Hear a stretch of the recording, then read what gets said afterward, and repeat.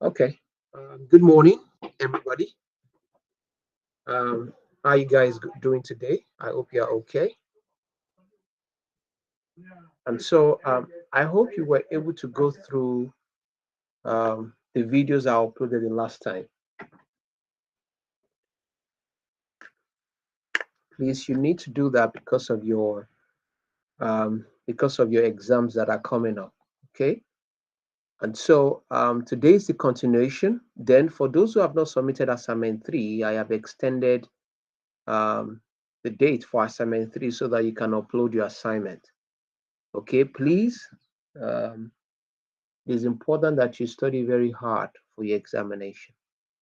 Okay, please study. I've done some revisions. Next week, we would also go through um, the whole revision again, all through next week for the 3 hours each that we have. We'll go through our revisions for next week. Okay, so I'd expect you to study hard. If anything is not clear, you can easily inform me that um, you are not clear. Then when I come up in class next week, I would um, explain to you. Then for your exam date, I will try and sort that out latest by next week. But so by next week, you know the exact date of your exams and you know the exact date of the class you'll be doing your examination. All right. So please prepare well. You know there is no receipt exam for summer school, so prepare as much as you can. Okay, so in continuation of the revision that I was doing, um, now we'll delve into the theory of production. Okay, the theory of production. You know, we did the side of consumers. All right, we talked about the theory of consumer behavior that analyzes when I talked about um, the axioms of consumer preferences. We talked about indifference curve. We talked about budget line. We talked about the different types of budget line in which we talked about substitute and complement. We also looked at how individual responds to changes in prices, which is elasticity. We talked about risk preferences. We talked about individual demand. We talked about market demand. That's the side of the consumers. And you know that in a society, you have basically there are three agents: individuals, the firms, and the government. The individuals are the consumer, the firms produces, and the government are the ones who create an environment for suitable interaction between consumers and producers. All right, so we are going to delve into um, the side of the producers. All right, so we have treated that of consumers. Now we are going to take a look at the side of the producers, in which I call the theory of production. Of course, you know, if consumers are much more concerned about the demand side of the market, I'm sure it is clear to you that production is concerned about the supply side of the market. Why? Because it is the firms or it is the businesses that supply the goods and services that we consume. Although we individuals are the one who supplies the factors of production to them. If you take a look at the circular flow of income, and in return, they use those inputs or they use those factors to produce goods and services and supply back to the market. All right, so it is basically concerned about the supply side of the market. So basically, production is just simply a transformation of inputs into outputs. All right, what are those inputs? They pick those factors, for example, labor. They employ labor, just like I'm teaching you now. All right, I'm an input in the factor of production. So I am teaching you, I am giving you a service. This is more like a service because you are in school. Okay, because you are in school. All right, so the production simply refers to the transformation of input into outputs. Of course, you know what inputs are. Inputs are used in the production process. Inputs are simply the factors of production. Okay, that's simply the factors of production. The rate at which a given quantity of inputs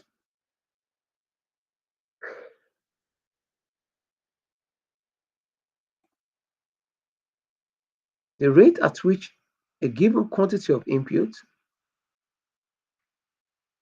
can be transformed into output is governed by the laws of production. So, of course, by now you know that production is concerned with the supply side of the market, right? And of course, you also know that production has to do with the transformation of inputs into output. What are those inputs? The inputs are the factors of production, right? So the rate at which a given quantity of inputs can be transformed into output is governed by the laws of production. Okay, it's covered by the laws of production. The laws of production are called laws of returns or the theory of production. The laws of production are called the laws of returns or the theories of production. All right. Let me also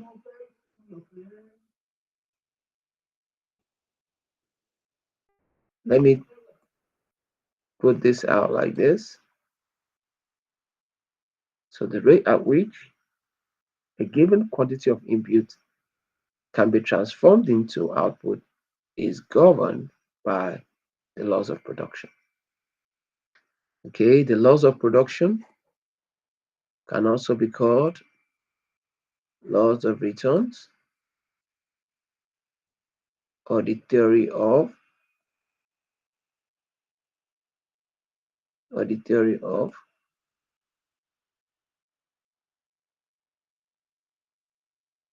or the theory of production. Okay, so uh, basic things that is important here. Of course, you know, production is concerned with the supply side of the market. It refers to the transformation of input into output. Okay, now let's take a look at the types of laws of production.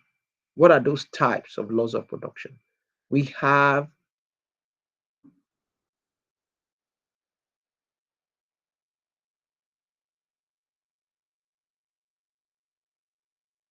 okay, we have short run laws of production. We also have long run laws of production. So we have short run laws of production. We also have long run laws of production. So the short run laws of production is also called law of variable proportion, while the long run laws is referred to as laws of return to scale. So let me also um, let me use. I think it's preferred to use red. Yeah.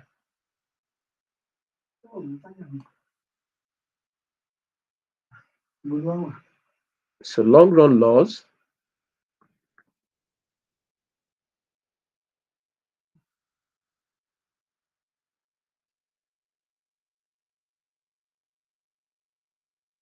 and laws of return to scale, right? So we've established production is concerned with the supply side of the market. It is it is concerned with the it is referred to as an activity that refers to transformation of input into output. The rate at which a given quantity of inputs can be transformed into output is governed by the laws of production. And those laws of production can also be called laws of returns or the theory of production. So, in a little bit of summary, under the laws of production, we have short run laws and long run laws. Okay, we have short run laws and long run laws. And short run laws are also called laws of variable proportion and long run laws are referred to as laws of returns to scale. Okay, so for short run laws or laws of variable proportion, this is what it means. See right here. See right here. So it says the laws of variable proportion, also known as the law of diminishing returns, is an economic principle that states that as more units of variable input are added, the additional output produced per unit of the variable input will eventually decrease. Okay,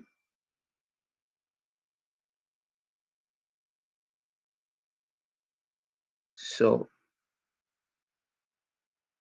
let's see the further explanation. Okay, so diminishing marginal returns.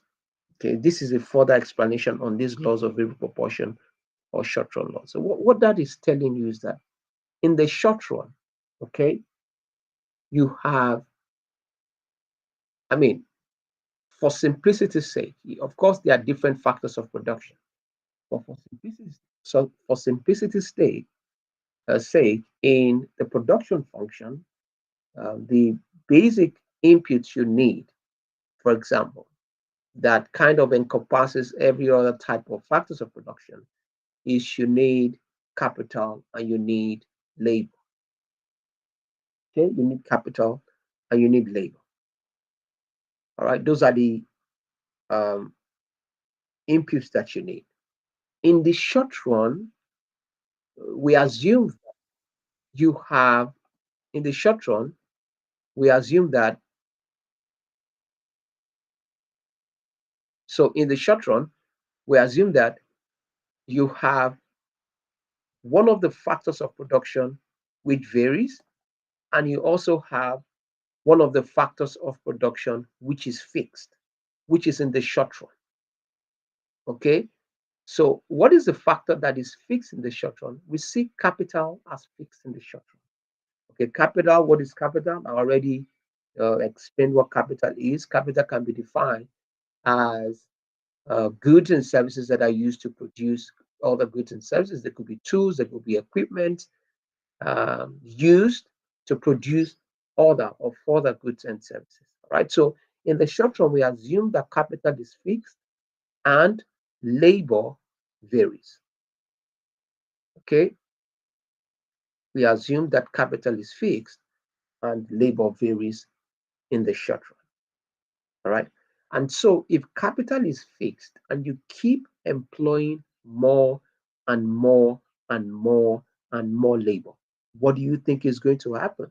One of the things that is going to set on is your returns, or your, you could say, the output that you are meant to get, because capital is fixed, will diminish, will reduce as time goes on.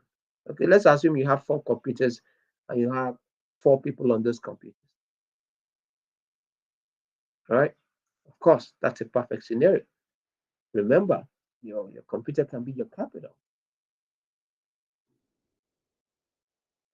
You now employ the fifth person and you still have four computers. You employ the sixth person, you still have four computers. You employ the seventh person, you still have four computers. You employ the eighth person, you still have four computers. You employ the ninth person, you still have four computers. What do you think is going to happen? Of course, the returns will diminish because you have more labor and you have, your capital is fixed. Okay, so that's how the law of diminishing marginal return setting. Just like when we did theory of consumer behavior, where we talked about law of diminishing marginal utility, where you continue to consume a uh, you continue to consume a good within a given period of time. With time, your satisfaction diminishes and becomes zero. That also applies in the theory of production in the short run, where you employ more and more of labor input and capital is fixed. Of course, your returns will diminish with time. You see, that's what it says. the additional output produced per unit of variable input will eventually decrease. So diminishing marginal returns arise from the fact that more and more workers are using the same capital and working on the same space. As more workers are added, there is less and less for the additional workers to do that is productive. For example, if Campus Sweaters hires a third worker, output increases but not as much as it did when it hired the second worker. In the case, in this case, after two workers are hired, all the gains from specialization and division of labor have been exhausted. By hiring a third worker, the factory produces more sweaters, but the equipment is being operated closer to its limit. There are even times when the third worker has nothing to do because the machines are running without the need for further attention. Hiring more and more workers continues to increase output, but by successively smaller amounts. Okay, so these inputs entail land, labor, capital, raw materials, entrepreneurship, technology, and time. Okay, so that is uh, the breakdown from the introductory part. Production is concerned with the supply side of the market. Production is an activity of transforming input into output. The rate at which a given quantity of inputs can be transferred is called the laws of production. The laws of production are also called the laws of returns or the theory of production. Under the laws of production, we have short run laws and long run laws. The short run laws are called laws of variable proportion. The long run laws are laws of returns to scale. The short run laws, which are called law of variable proportion, relates to diminishing returns as a result of employing additional labor while capital is fixed. Okay,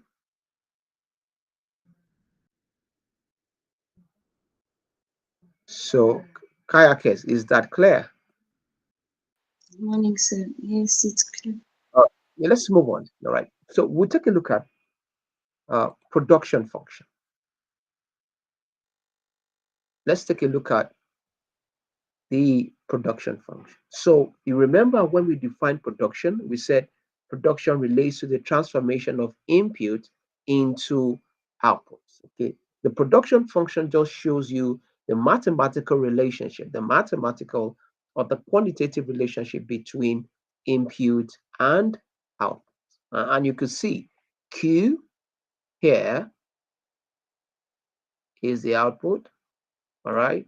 YK is K and L are the input. Okay, K is capital and L is labor. So these are the inputs that we use in the production process. This mathematical equation that you see here is simply telling you, for example, Q, which is the number of goods that you produce, is a function or is determined by the amount of capital and labor that are being employed.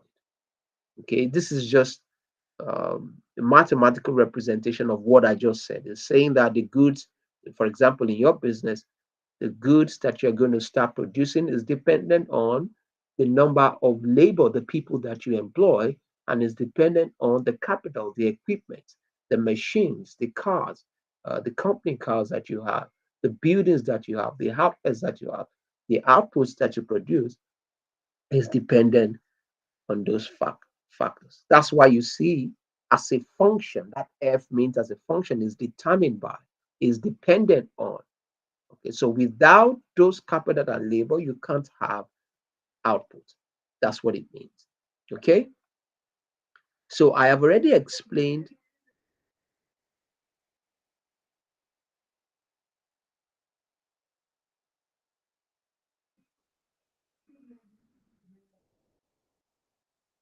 So I've already explained short run and long run. Okay, for you, I've already done that. And so I'm going to take it again. All right. A short run, okay, refers to a period of time during which the supply and the use of certain inputs, plant, building, and machinery is fixed, while some will vary, such as labor. Okay, that is clear. Supply of labor is a variable, while that of capital is fixed. I already mentioned. In the long run, all inputs are variables. It is a period when a firm can change its plans. It's a period when a firm can change its plan. To increase output in the short run, a firm must increase the quantity of labor employed. We describe the relationship between output and quantity of labor employed by using these three related concepts. Okay, give me a second.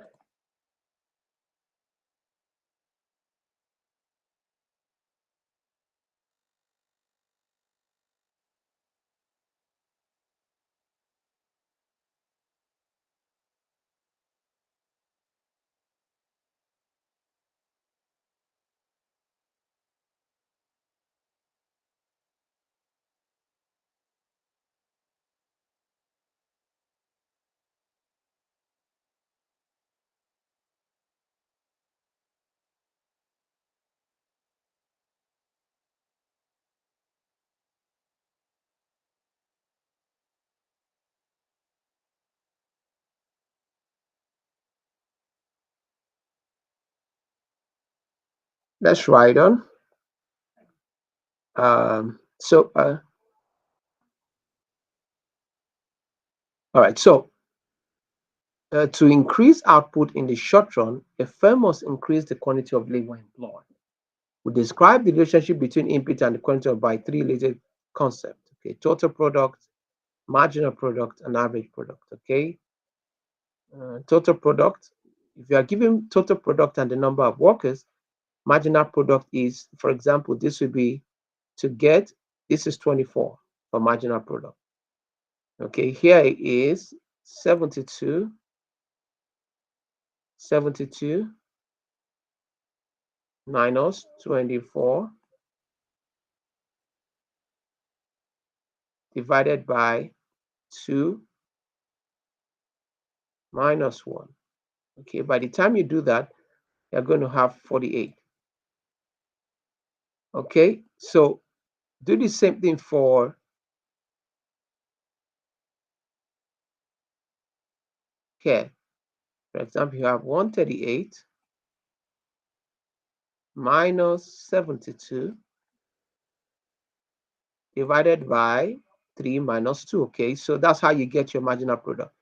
So how do you get your average product? To get your average product, that will be, for example, here 24. That's here is 24 divided by 1, right? That's simply here is 72 divided by 2 is 138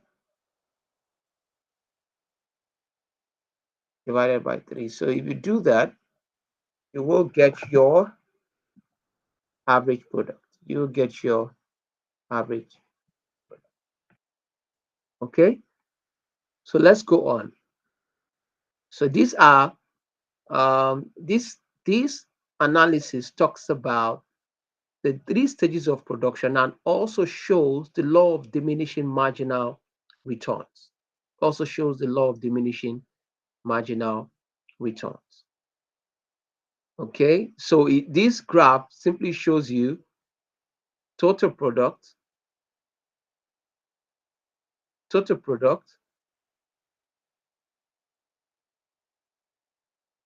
average product, and marginal product. Okay, so for example, if you keep employing more labor, your total product will keep increasing. Okay, all right, your total product will keep increasing, for example, at a diminishing rate, while initially your marginal product increases, initially your average product also increases. But at this point here, you could see that average product and marginal product, in fact, starting from somewhere here, you see that they begin to decline. They begin to decline, and After this stage, you see that they are downward sloping. You see, marginal product tends to be negative, just like when we talked about um, the law of diminishing marginal utility. What we talk about, you consume more goods, your total utility increases, your marginal utility falls. Okay, and still use at maximum, the marginal utility becomes zero. As TU decreases, the marginal utility is negative. This is similar. You can see total product is at maximum, the marginal product is zero. You can see that as total product falls, you can see that marginal product is negative. But you could see average product will not be negative. Okay, so let us move into um, isoquant. Let's move into isoquant. Just like we did, so uh, isoquant is that of production, but just like we talked about indifference curve, you remember, for theory of consumers, okay? For the producers is called isoquant.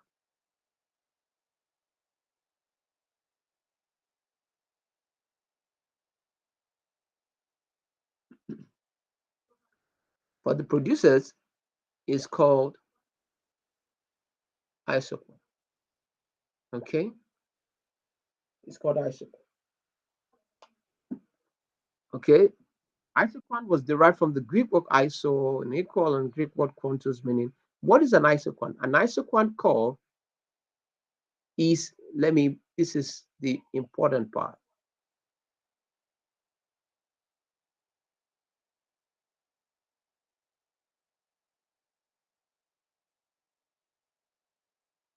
An isoquant curve is a locus of point representing the various combination of inputs, capital and labor, yielding the same output. You remember when we talked about indifference curve?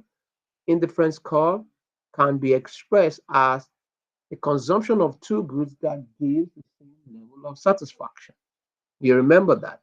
For um, isoquant is combination of two inputs because we are talking about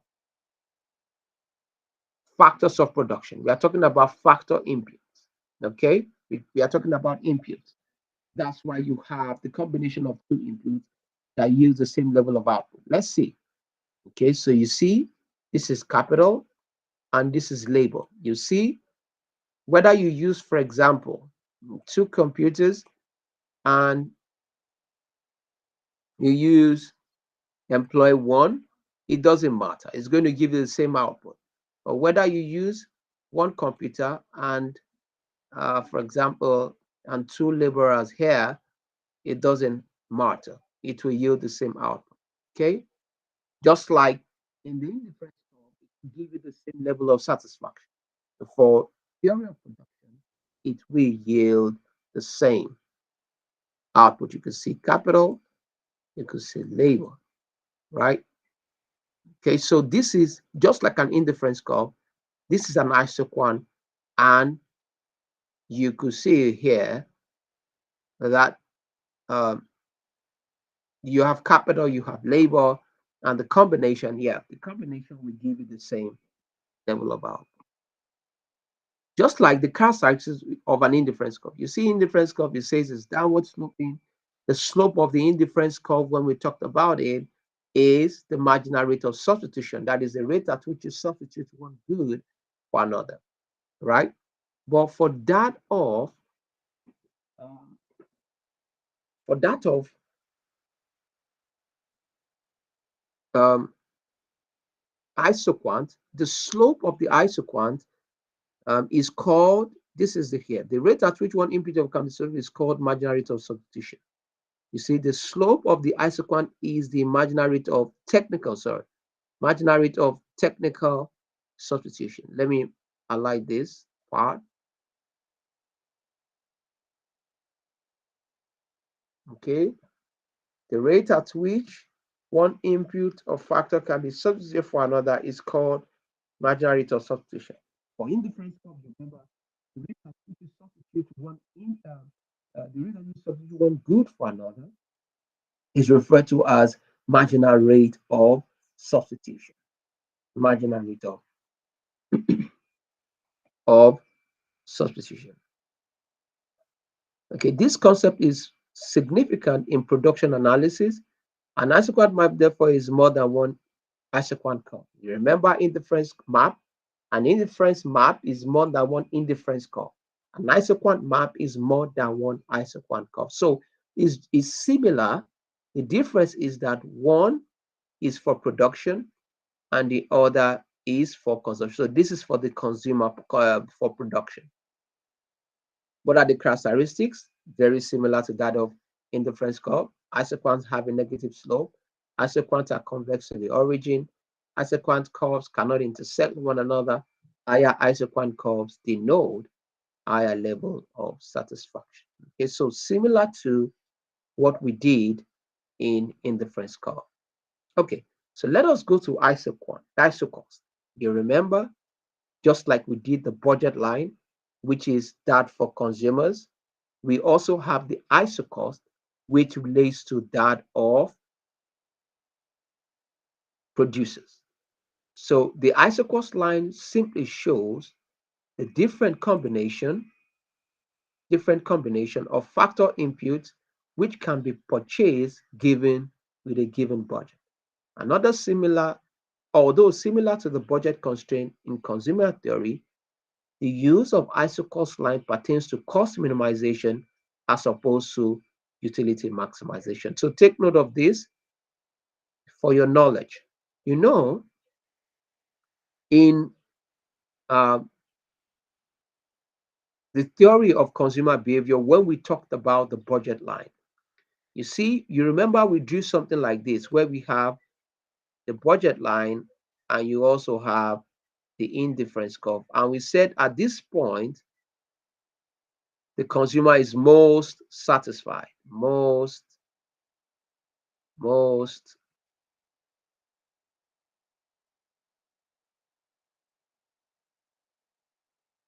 consumer is most satisfied. I hope you can remember.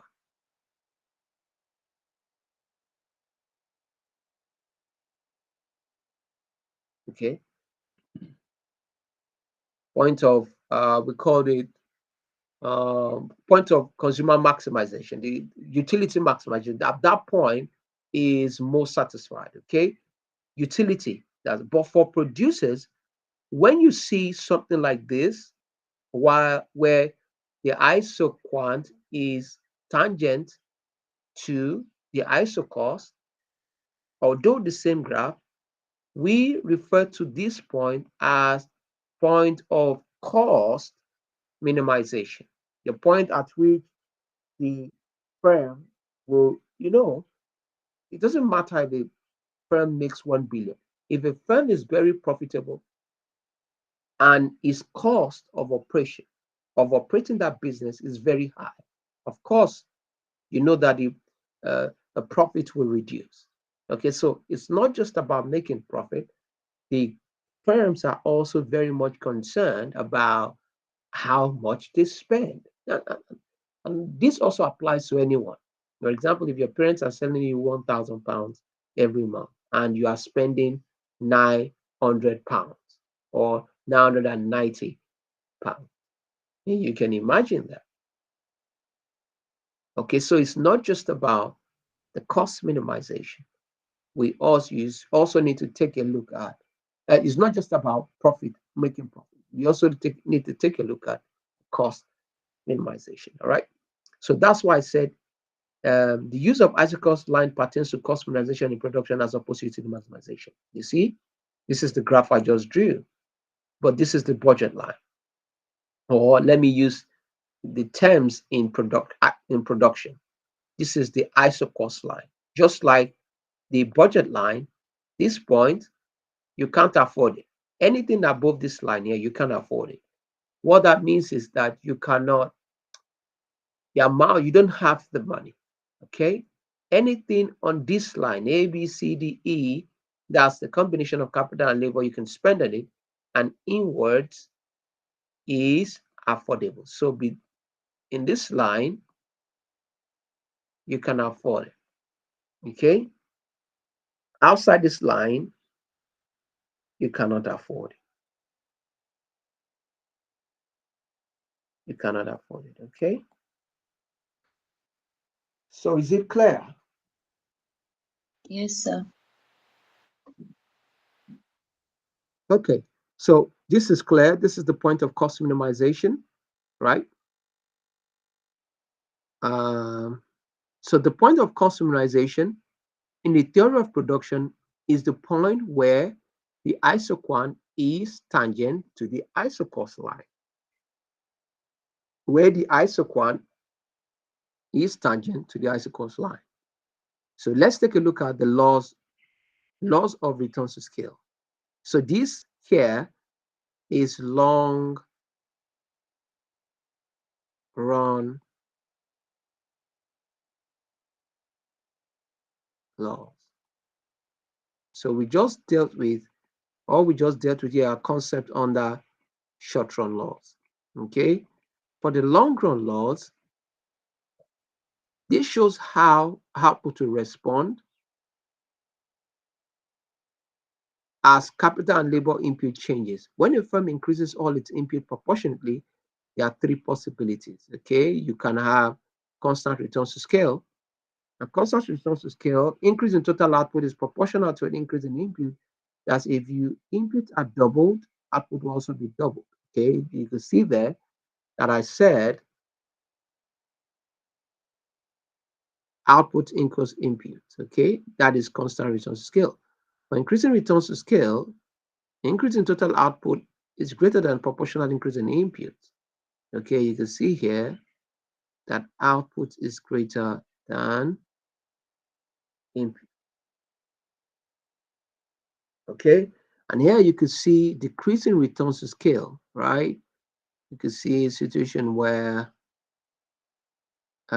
output is less than input.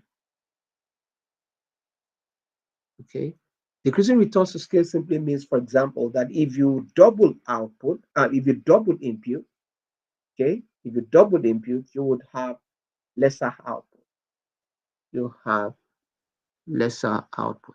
Okay, that's why you see here that output is less than input. So if you double input, you will have lesser output. Increasing returns to scale, if you double input, you have more in output. Constant returns to scale, if you double input, you'll also have double output. So take a look at the review questions. Explain the concept of isoquant and isocost. Explain the laws of returns to scale. Okay, isoquant is like indifference curve. Isocost is like budget line.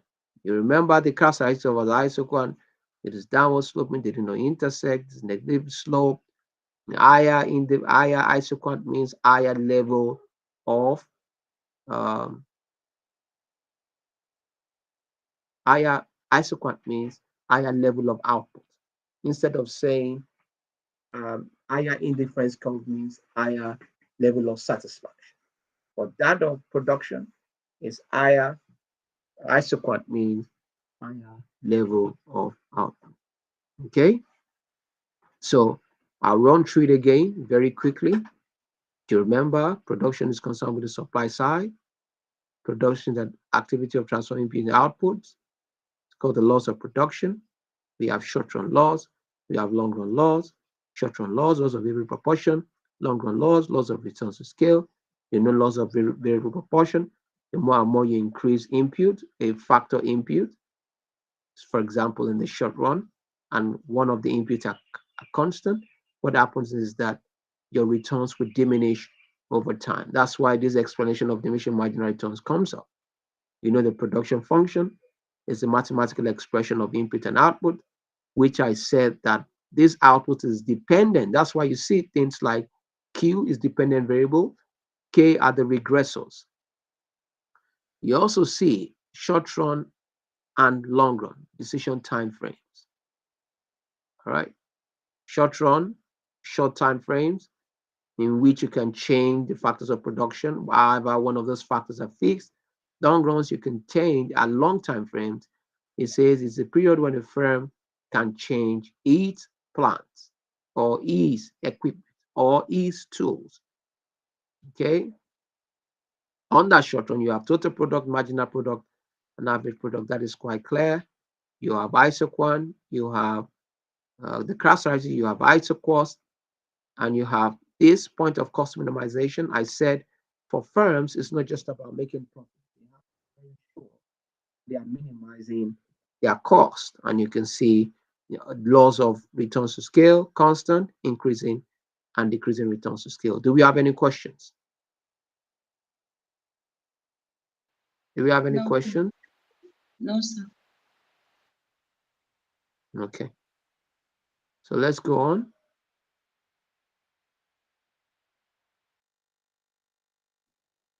Let's move to our next topic. So we've dealt with the theory of production. Now let's go to firms and their motivation.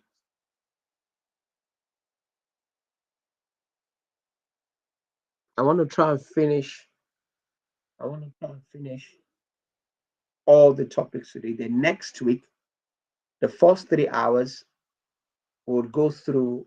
Next week also, we'll go through revision also again, revision again. But take note of some of the things. Of course, some of the things I'm talking about. Your questions will come back from there. I've talked about point of cost minimization. I've talked about isoquant. I've talked about isocost. I've talked about indifference curve. I've talked about budget line. I've talked about loss of returns to scale, which is constant, increasing and decreasing. Okay. I've talked about saying that laws of variable proportion. So of course, you know that your questions will come out from there. So as I teach, you need to take as much notes as possible so that you can go through all I've mentioned in case any question comes from there. And of course, kayakers, by now you should know me and all other students that maybe the one you don't read, that's what might come out. Okay, so prepare as much as you can. All right. So let's go to firms and their motivations. Let's go through the firms and their motivations, and let's also do justice to this. Okay, so what are the objectives or motivations of the firm?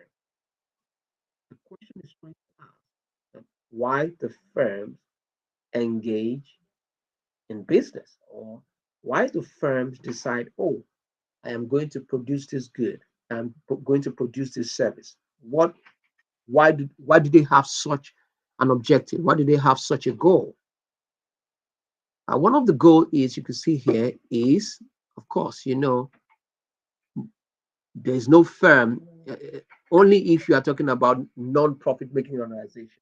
Every firm that you see, aside NGOs or a non-profit making, is they want to be able to make profit. Okay, that's why I said, for example, the first point is, when we did in the introduction of the class, where I talked about microeconomics, where I mentioned individuals maximize satisfaction and firms are able to maximize their profit maximization.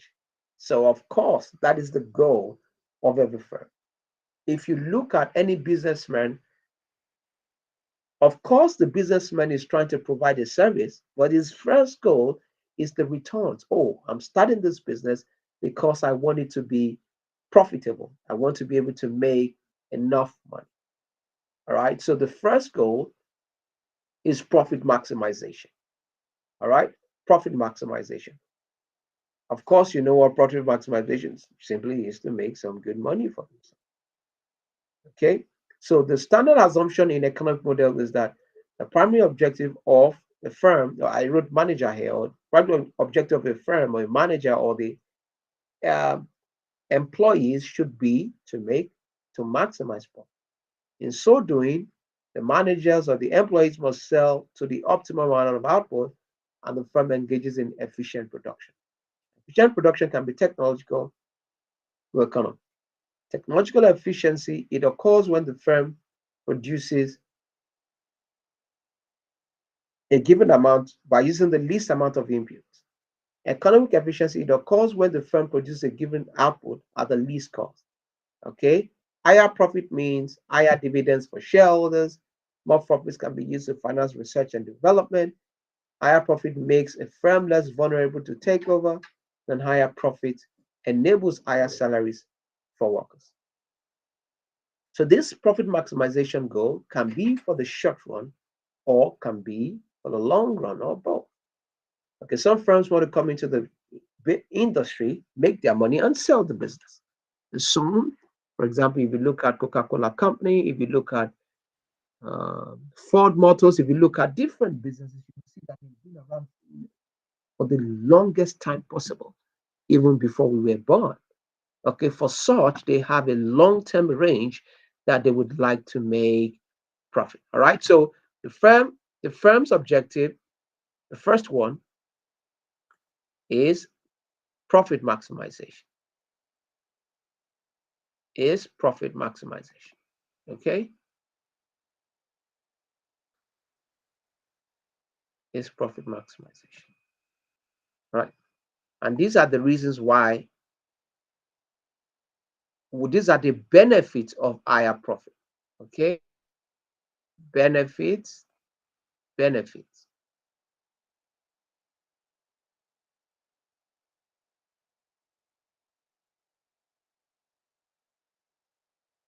benefits of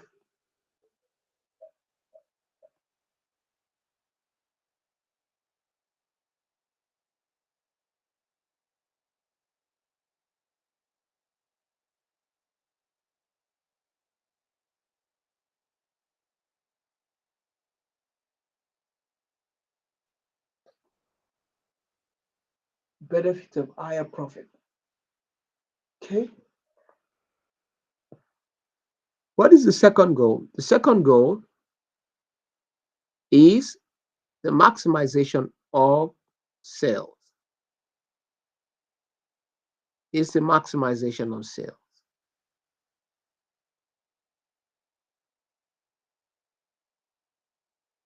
It's the maximization of sales. Okay. Firms often check to increase their market share, even if it means less profit. This could occur for various reasons. Increased market share increases monopoly power and may enable the firm to put up prices and make more profit in the long run. Managers prefer to work for bigger companies as it leads to greater prestige and higher salaries. Increasing market share may force rivals out of business. The growth of supermarkets has led to the demise of many local shops. Some firms may actually engage in predatory pricing, which involves making a loss to force a rival out of business. Okay, so the third one is profit satisficing. Okay, profit satisficing. Under profit satisficing, we call it maximization of managerial utility function. And what are the things you here? We talked about the principal agent problem. I said the principal agent problem is a situation where an agent is expected to act in the best interest of the principal, but the agent has different incentives to the principal, leading to conflict of interest. Okay. How do we cope with it? Ownership, make them partners of the company, pay them incentives, and grant them long-term cross contracts. Okay. The fourth one is growth maximization. The fourth one is growth maximization. With this objective, the firm may be willing to make lower levels of profit in order to increase in size and gain more market share. More market share increases its monopoly power and ability to be a price setter. Growth can be organic growth or through mergers and acquisition. Good. It's good to mention that growth can be organic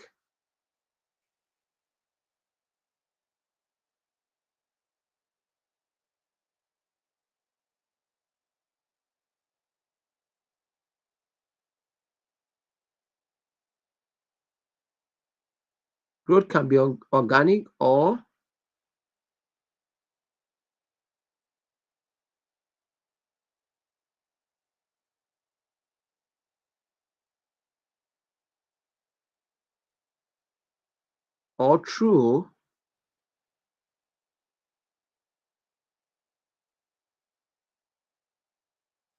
through mergers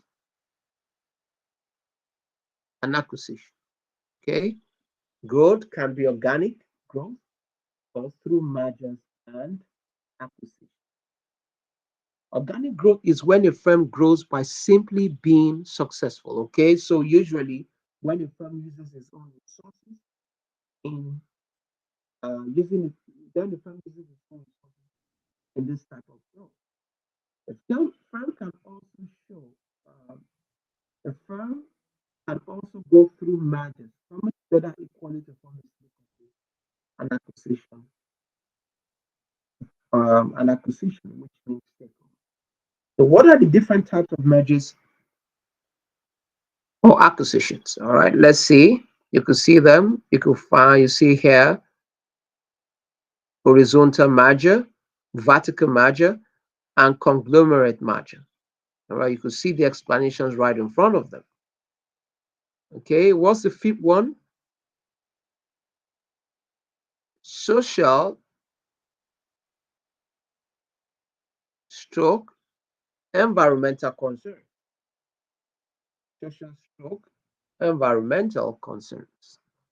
All right.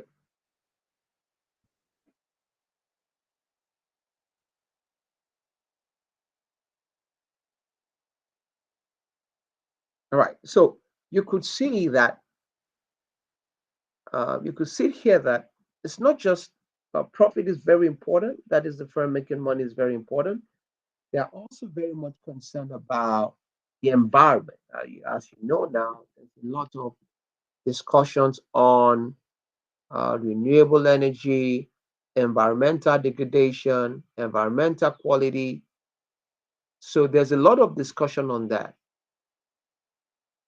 Okay. And so it's not just about making profit. Okay. Countries are now very concerned about, and businesses are very much concerned about the environmental quality or the quality of the environment. Okay. So those are the motives of firms. Those are some of the motives of firms that we covered in class. These are some of the motives of firms that we covered in class. So let's take a look at forms of business organizations.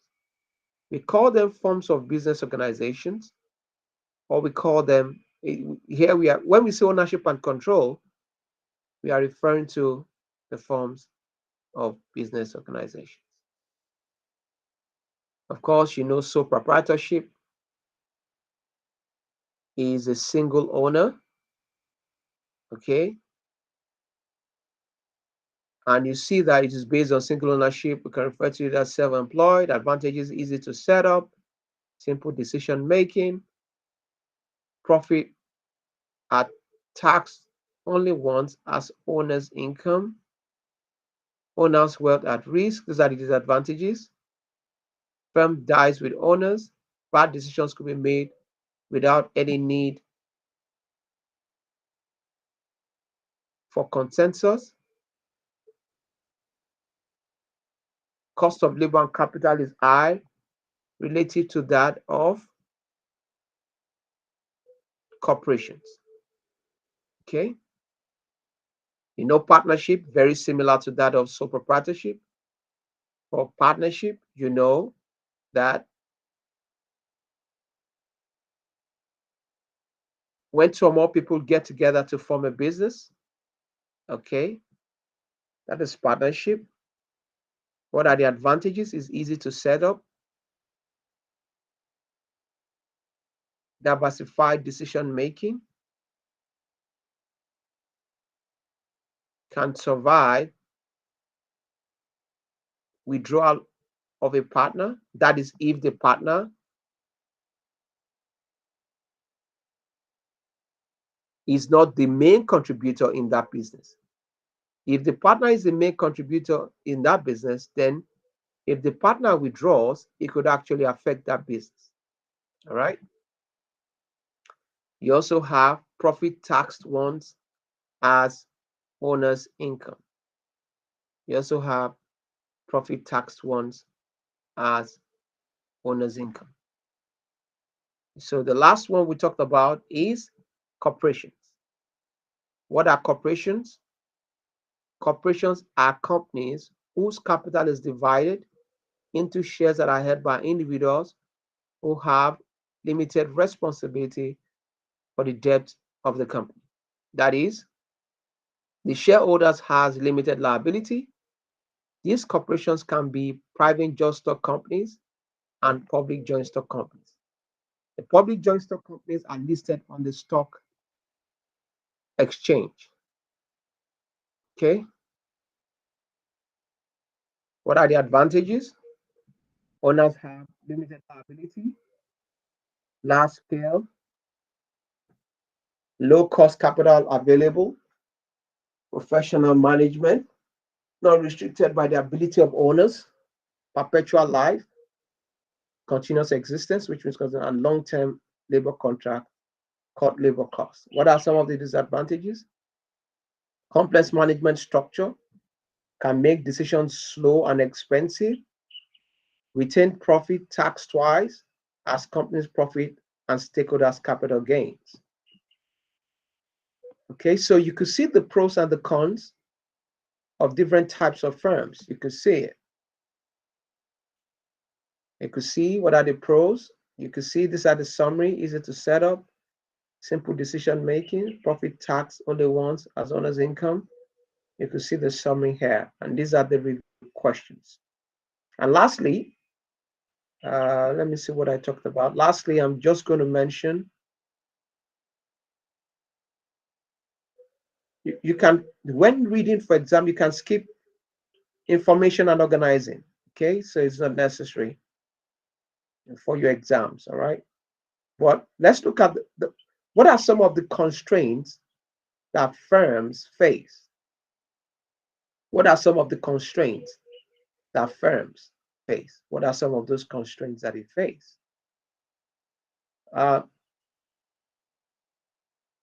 Part of the constraint that the firms face involves, we'll take a look at technology, information, and market. So let's take a look at technology. A technology is any method of producing a good or a service. Technology involves detailed designs for machines, includes the layout of a workplace and organization of a firm. For example, a shopping mall is a technology for producing retail services. Information. We never possess all the information that we would like to have to make decisions. We lack information about both the future and the present. A firm is constrained by limited information about the quality and effort of its workforce, current and future buying plans of its customers, and the plans of its competitors. The three is the market. What each firm can sell and the price it can obtain are constrained by its consumers' willingness to pay and by the prices and market level of other firms. Similarly, the resources a firm can buy and the prices it must pay are limited by the willingness of the people to work for and invest in the firm. All right? This is as a constraint that the types of business organizations, or I call it ownership and control. And these are the reasons why firms engage in business. These are the reasons why firms engage in business. All right. Do we have any questions? Do we have any questions? No, sir. Okay, so what is our next? Now we go to, so for firms and their motivations, for example, I can ask you, what are the motives for firms? What are the motivations of the firm for engaging in business? Or I could ask you, when I ask you what are the motivations of firms in engaging in business, I could ask you, what is the principal agent problem? How do you solve the principal agent problem? I could ask you that. Okay, so please pay attention to our revision.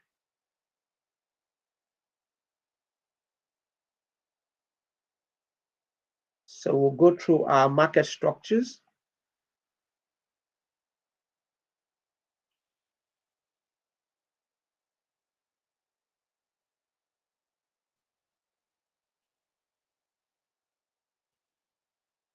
All right, let's see. Okay, this is what we'll do. Let's take a,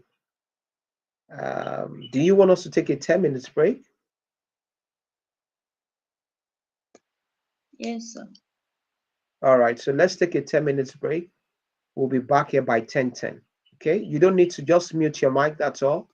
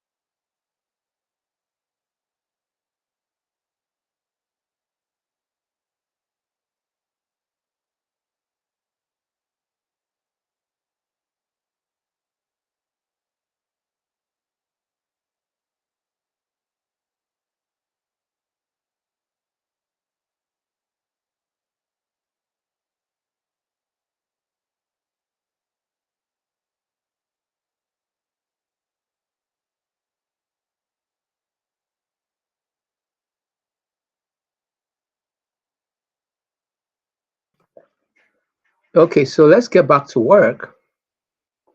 We will now take a look at market structure. So all the revision that we will do this week, I would also still go through it by next week. Okay, I'll go through this revision by next week. On Tuesday, we'll go through our revision.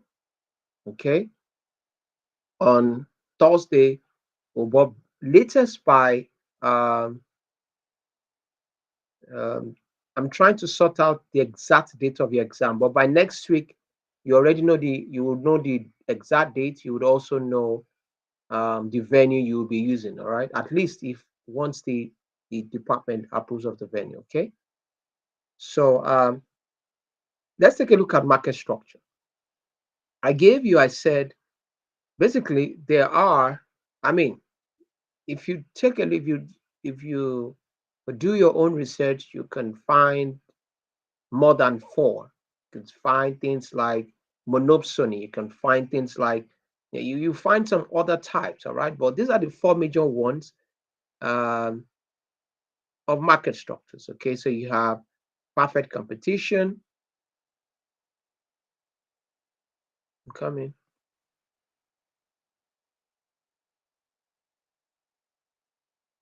You have perfect competition. You have monopoly.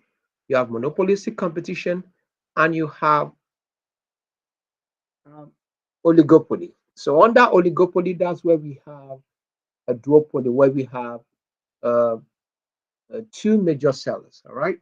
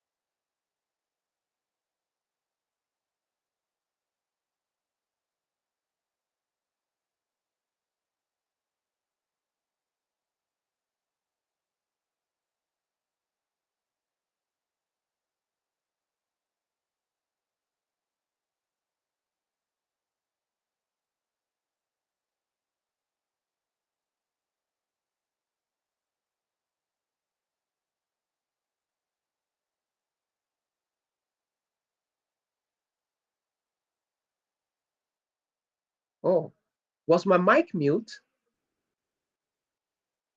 Kaya cares, was my mic on mute? No. Yes. And you didn't say anything.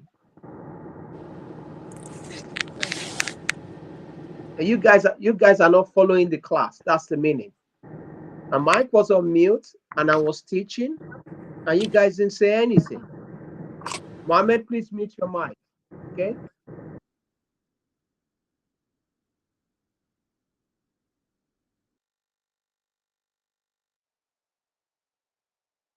My mic was on mute, and you guys didn't say anything, and I was teaching.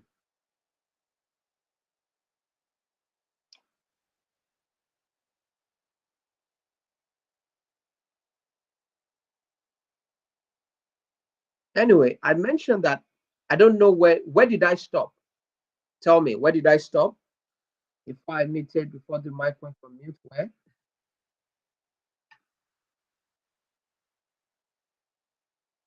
Guys, please answer me. Where do I stop? If you don't answer, I'm going to move on. Where did I stop? Market structure. We are just the beginning. From the beginning. Yes, market structure. So it means that I've been teaching and my mic has been mute. But you saw me ticking these things, and none of you said anything. Wow. Okay, I'm going to move on. All right. You know what market structures are? You know the types of market structures. So if I didn't even check, I wouldn't have known. No problem. Okay, so this is clear. Okay. So I mentioned at what point does a consumer maximize its revenue? Yeah, does a consumer produce? I said the point where marginal revenue equals marginal cost. Okay, this is the point that you see here. So what I was saying before I knew that my mic was mute was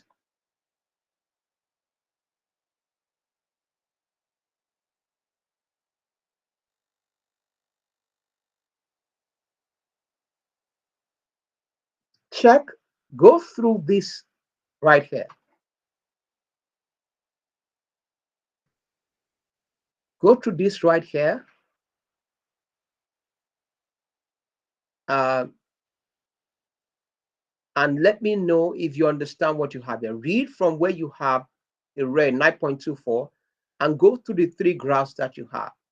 Let me know if it's clear. Okay, so just scan through it and let me know if this is clear. All right.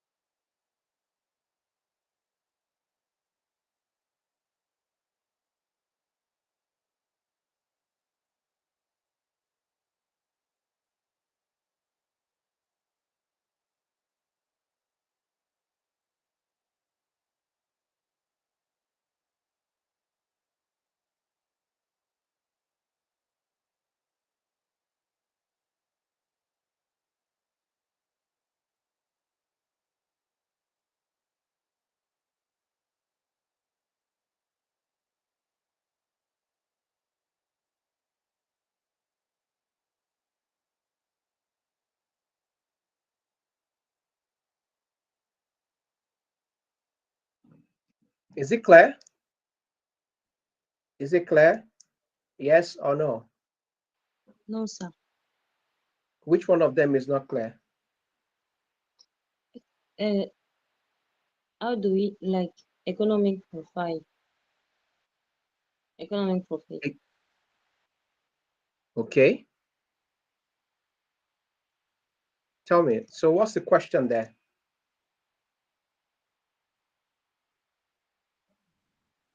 The graph. How can I explain?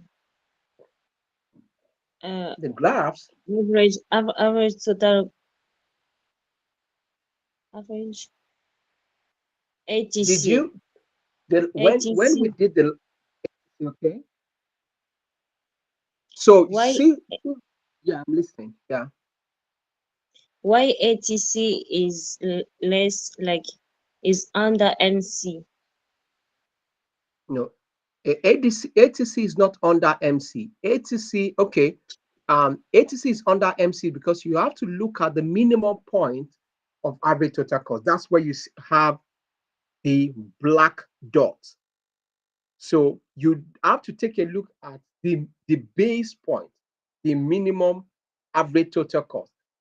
For example, if you look at the first graph, look at, yes, thank God I have this, yes. So take a look at this point here. This is the base point for, this is the base point for ATC. So look at these three conditions here. So in the first condition, I ask the question, at what point can we say a firm can start producing to be able to make profit? It might not be um, um, super normal profit, but profitable enough for you to keep running a business. We said at the point where marginal revenue equals to marginal cost. Okay, we established that. Right. If look at this point, you would notice at this point, first of all, that marginal revenue equals to marginal cost here. Okay, characters, is that clear? That's the first one. Is that clear? Yes. Okay. Number two, take a look at this first part. Okay, for a firm to also come into the industry, if I don't say marginal revenue equals to marginal cost, I can as well say price must be equal to the average total cost. Where's the price? First of all, you should know price equals to marginal revenue. Okay, this is it here. This is the price. 20, let's say $20. This is the marginal revenue. So this tells you P equals MR. And also, how do we know if price equals to average total cost? We know because we have to take a look at the base point here. So we have something like this. We have P equals MR. You have MC. You also have see as I'm drawing it, base point up. So this is A, T, C. This is P. So you see, this is MR. So you could see that in this first graph, you could categorically see that MR equals to MC, and also P equals to ATC. So is that clear? I guess, is it clear? Sir. Okay, so let's go to the second one. In the second graph, you could see that, for example, in the second graph, the first graph is break even, or a point where a firm can easily produce to be able to make profit. In the second graph, it's about economic profit, and this is it here. For economic profit, your price must be greater than your cost. It's just simple business term. If you want to make profit, the price at which you are selling must be greater than the cost you use in producing the good. It's just a basic understanding. All right. So you see P, right? You see MR. You see the base point of the ATC. So this is ATC. This here. This is price. You see, price is 25. ATC is 20. What does economic profit say? Economic profit, it shows that price must be greater than ATC. And that's what you're seeing here. So where's the economic profit from this point to this point or this area. Okay? Is that clear? Is it clear? Yes, sir. All right. All right. Did you say yes or no? I said yes. Yes. Okay. So take a look at the third part. The third part is also similar, but economic loss. This is P, right? Yeah. This is MR. Base point of the ATC. This is it here. So here you could see this is ATC. What that is telling you is that, of course, you know that you are going to make a loss. If the cost you incur, okay, in producing your good or your service is small than the price at which you sell, automatically you are making a loss. It's a normal business term. If your cost is more than your price, then you are making a loss. So what is the area? Where is the amount of the economic loss? Is this area. You can see that is this area. Okay. So here you have, when should a firm shut down in a perfect competition? A firm will shut down here where average total cost is greater than price. This economic loss. So if a firm keeps making loss, this year makes a loss, next year makes a loss, of course, the firm will have to shut down because they are not making profit. Okay, Kayakis, are we clear on that? Yes, sir.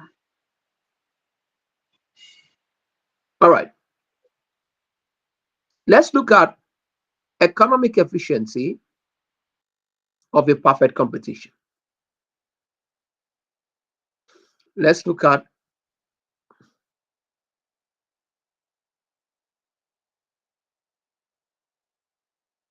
economic efficiency of a perfect competition.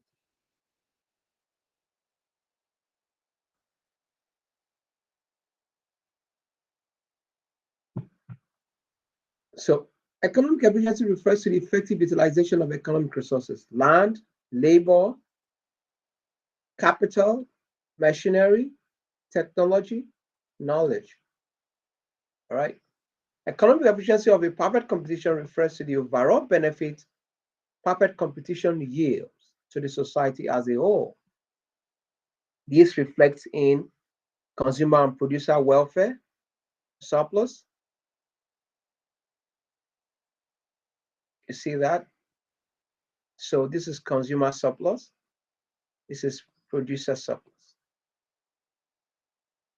So where's the producer surplus here? This area here. Where's the consumer surplus? This area here. Consumer surplus, you can see this is the demand curve. That's why it's consumer surplus. Producer surplus, this is supply curve. You see it's connected to the supply curve. So a combination of these parts, these three parts,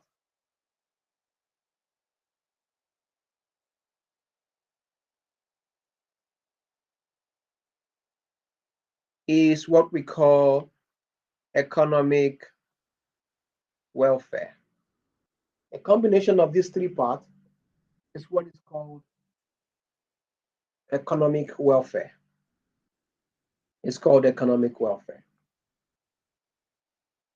Okay, so that is that for economic efficiency of perfect competition. So perfect competition is a market where you don't have what did we call it? You don't have it's a market where both consumers as and producers are equally happy. Okay, are equally. It's a fair market in which consumers you don't have issues of market failures. Okay, there are no issues of market failures in perfect competition because consumers and producers are equally happy. Okay, all right. So that is that for perfect competition. So let's take a look at um,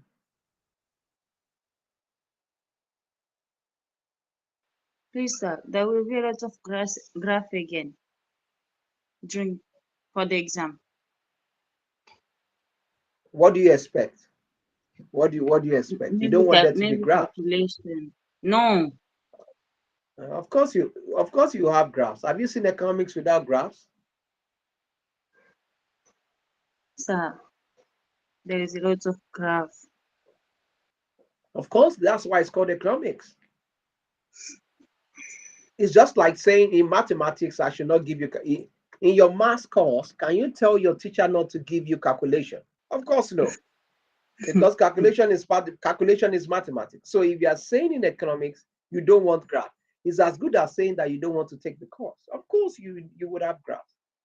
Of course, for your preparation, by now you know me.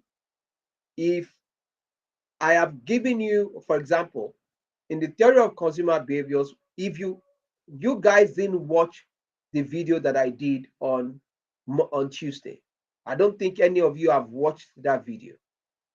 So if you don't take time to go through some of these things and you see the graph in your exam, it's left to you. It's your that's your cup of tea. Allow me to say that. All right. So would there be graphs?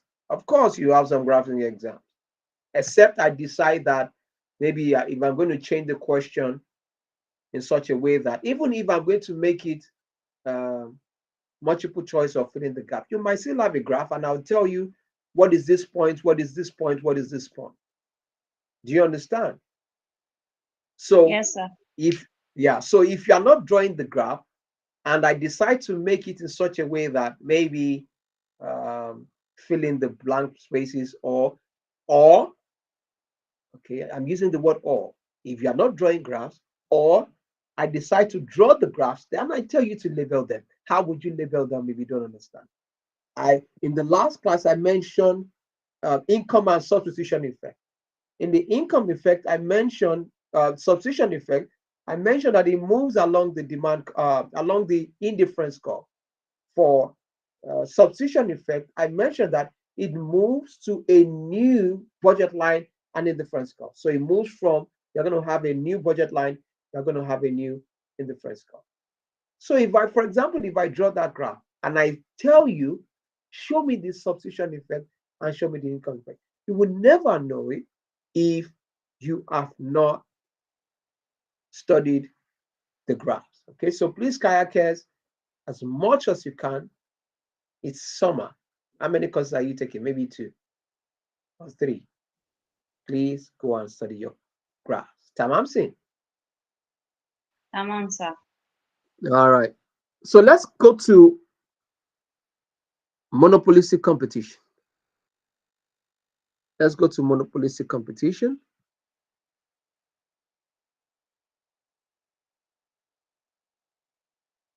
In fact, for monopolistic competition, often, what are the things I mentioned?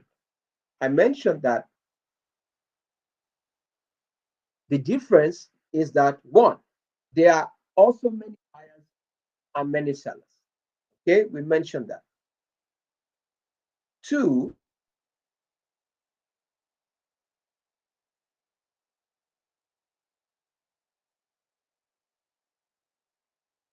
one second, give me a second. Let me be sure this is going through.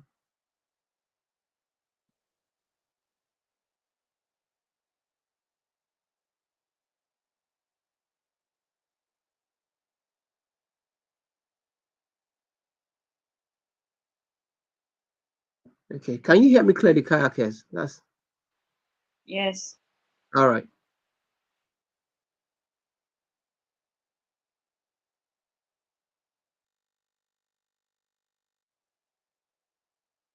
Okay.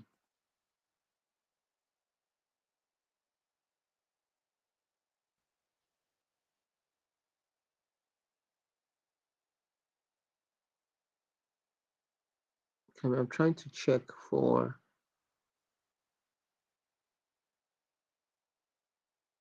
it's meant to download. So let me keep talking. So for monopolistic competition, I mentioned that you also have many buyers and many sellers. Okay, I want to ask you, what are some of the differences between monopolistic competition and perfect competition? Kayakers?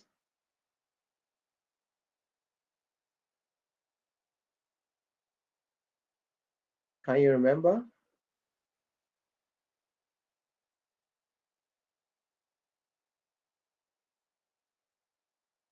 Yes? No?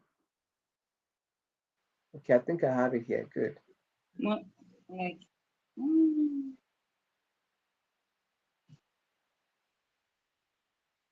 Can you remember?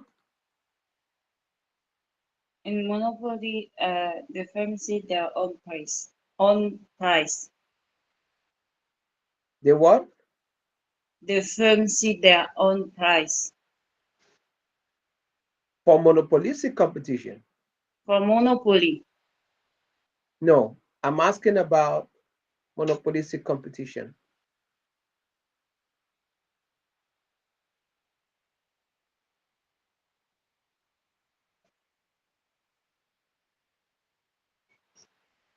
large number of the firm. You said? There is large number of the firm. Yeah, so you have many buyers and many sellers. What else? For the same product, they produce the same product. Are you sure? It is Monopolistic perfect competition. competition. Yes, it is perfect competition that produces the same product. Yes. Yeah, Monopolistic difference. different. You see it here. See here. They produce differentiated. You see that, right? Yes. They produce differentiated products. They produce differentiated products. You see here. You can also see that firms compete on product quality, price, and marketing. We regard this as non-price competition. Regard this as non-price competition. Non-price competition. What else? Firms are free to enter and exit the industry. Okay? Firms are free to enter and exit the industry. And number five, there is perfect information, just like you have in perfect competition. But the difference is that they sell differentiated products, and in monopolistic competition is more competitive because you have elements of monopoly in it. Okay, that's why you see that firms compete on product quality, price, and marketing. When firms compete on quality and marketing, we can get so their competition is not just about um, price. They also compete on product quality and marketing. Okay.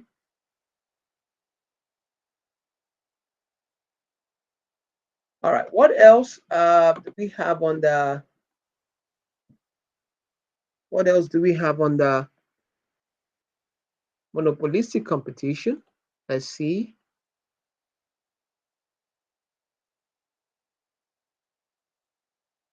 Let me see what.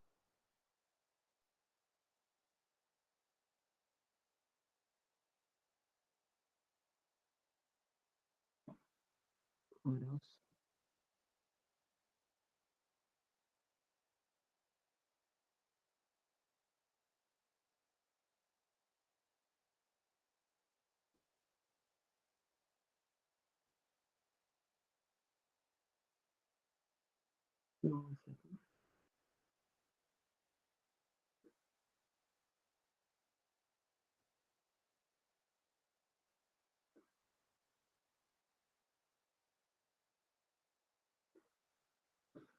Okay, so that file is opened. Let me see what else.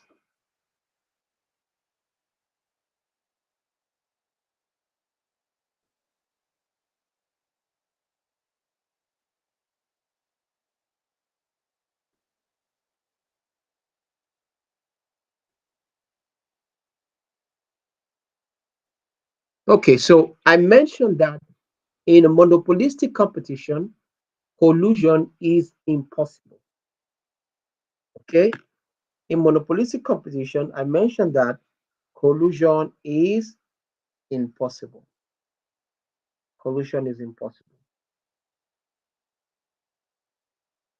Collusion is impossible. Okay, what else?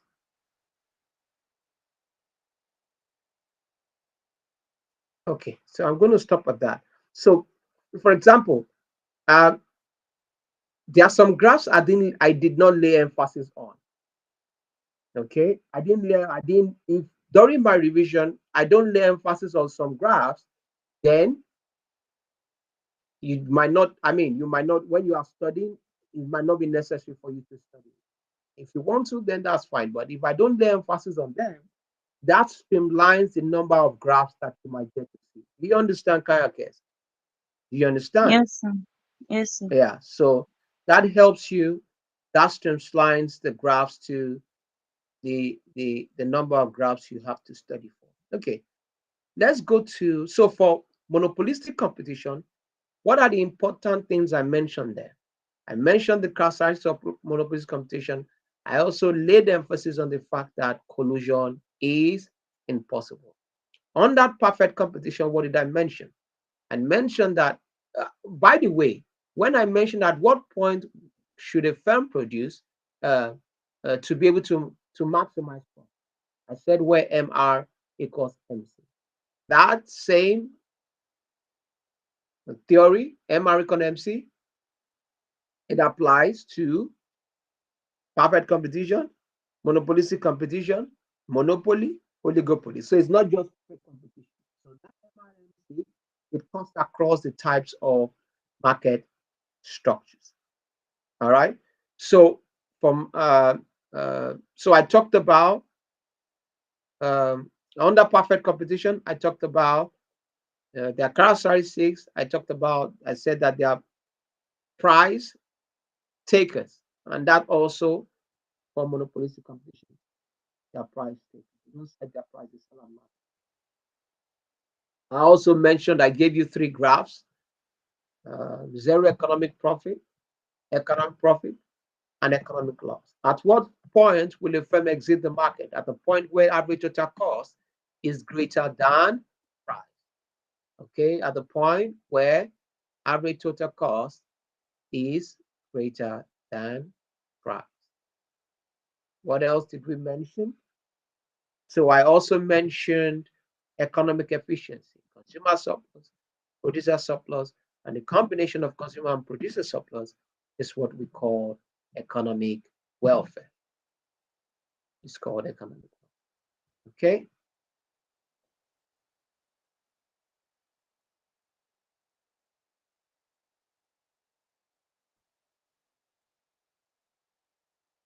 All right. Let's let's move on to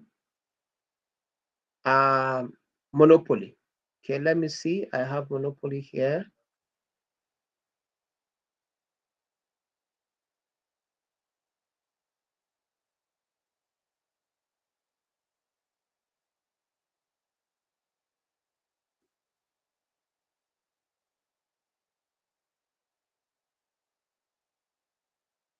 Oh, I thought I had it here.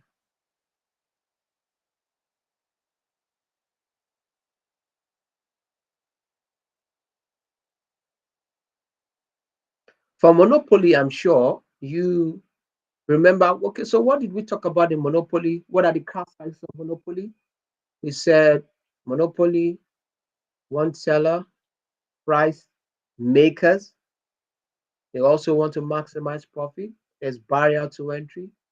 There is imperfect information. All right. Imperfect information or asymmetric information.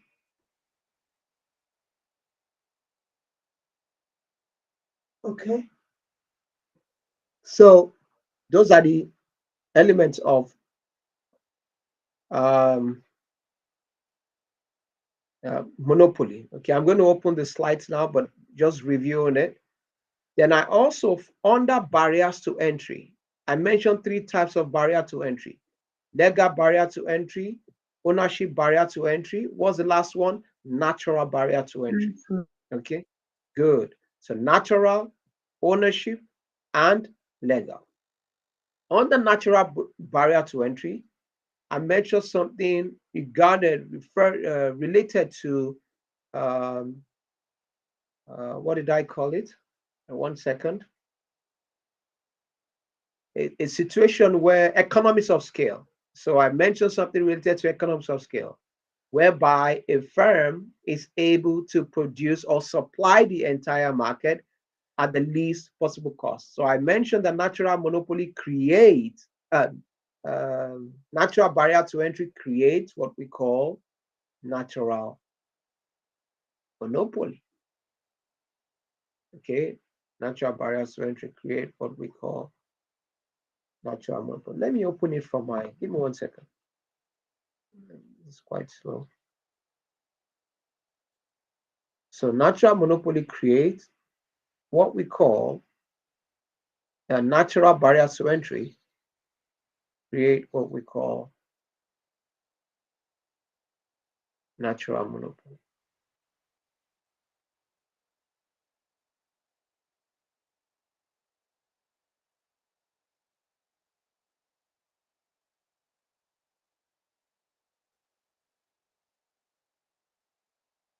Let's take a look at the slides here. Where is it?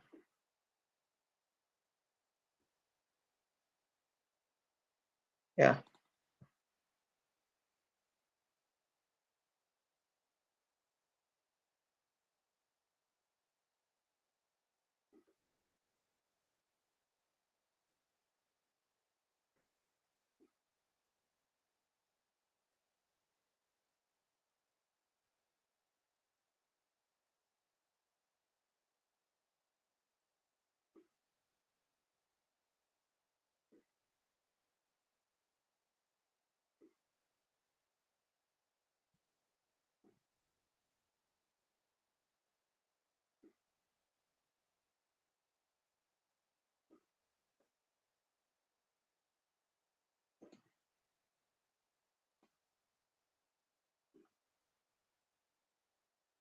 Okay, it's here.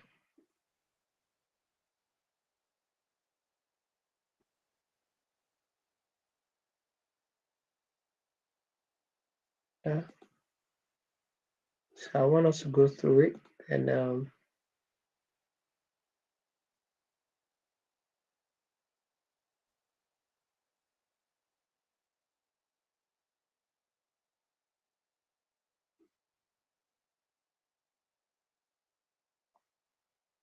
yeah.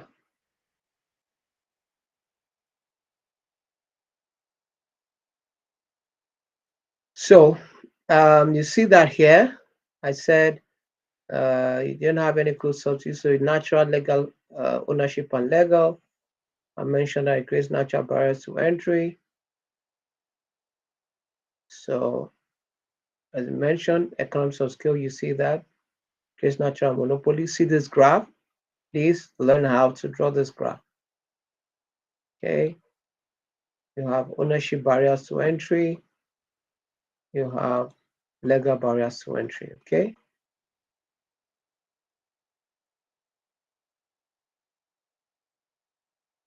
Yeah. For your monopoly, that's what you should focus on. Okay. So check your attributes. What are the characteristics of monopoly? Characteristics: no barriers to entry, there's imperfect information, they are price makers, they want to maximize profit. Um, what else? I've mentioned imperfect information, asymmetric information.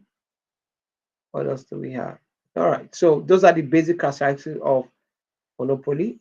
And I said that the under barriers to entry, yeah, you can also include there's no close substitute or one seller. Yeah, one seller, there's no close substitute. Barriers to entry, imperfect information, they want to maximize profit. Under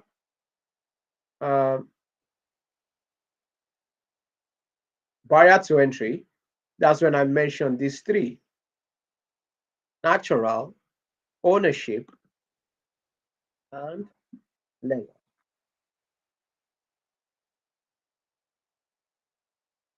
Natural ownership and legal barrier to entry. Okay. What else? Okay. Now that's that here. Do you have any questions? No, sir. All right. Let's move on. What's the next one? Let me see. What's the next one that we have? We've done public competition. We have monopoly competition. We've done monopoly, Oligopoly. oligopoly. Yeah. So let's go to oligopoly, right? It's here.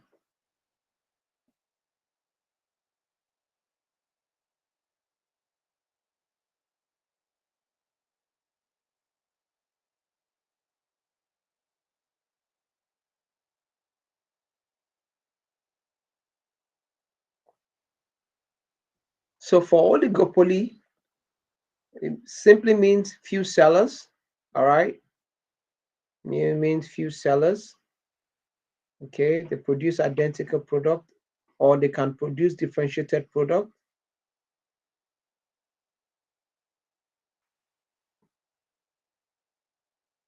Okay. Can have, you also have, just like monopoly, natural or legal barriers to entry, small number of firms. You see the natural barriers to entry that we just talked about, natural, legal. There could also be ownership, okay? That also apply here. Okay, so you remember in um, monopolistic competition, we said there cannot be collusion, right? But for oligopoly, it is possible for collusion to take place. Okay, let me see, where did I mention in here?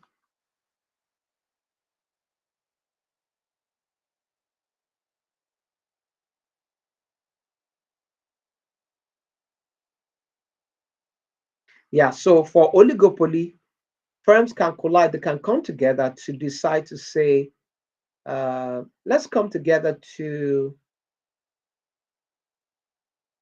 control the market share. Okay, so for oligopoly, that can happen, but for monopolistic competition, that cannot happen. So one of the things you take care of, oligopoly means few sellers. They are also price makers because you have few sellers, so they can dictate the price. They can come together, collusion. They also want to maximize profit. There are also barriers to entry, natural, legal, and ownership barriers to entry. Okay, so yeah, then I mentioned kinked demand theory, the kink demand curve. All right, it says it explains the reason behind price rigidity under oligopoly. According to the kink demand curve hypothesis, the demand curve facing an oligopoly has a kink at the level of the prevailing price. This kink exists because of two reasons. Okay. All right. So you could see that I took time to explain this. This arrow above is elastic. The one below is inelastic. All right. If firms increase their price, others will not follow. If they reduce their price, other will follow, which creates what we call price war. So they have to compete on price. Okay. Yeah. So that is the explanation of the graph. So for example, I could ask you, what is kink demand curve? It's a kink demand curve, and I ask you to explain it. And so draw your graph and label it. Okay, you should be able to do that. Okay. So we move to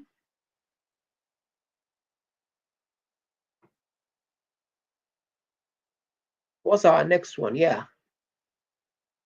calculation. I hope you have gone through your calculation.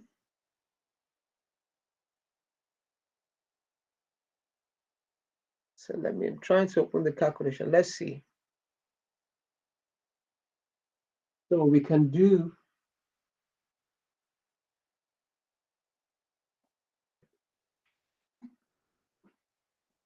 work on the calculation.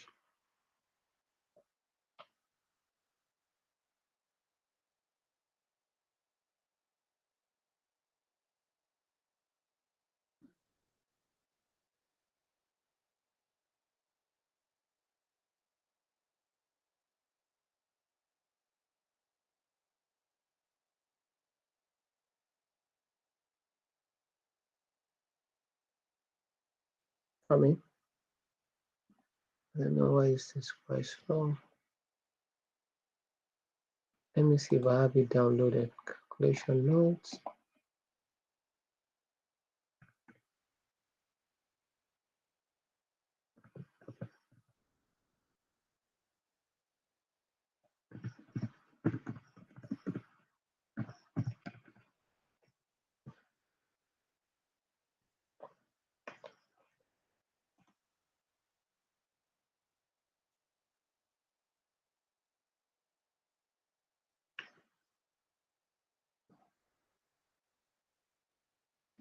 So, Caracas, have you gone through the calculations we did in class? Yes. Okay, good. If that doesn't open, maybe I'll do that. I don't know why. Okay, let me refresh my internet here.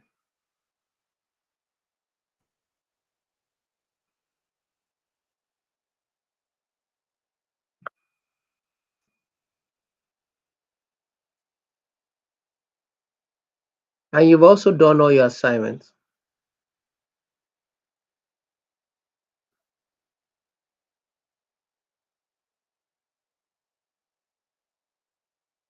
Yes, I did. All right.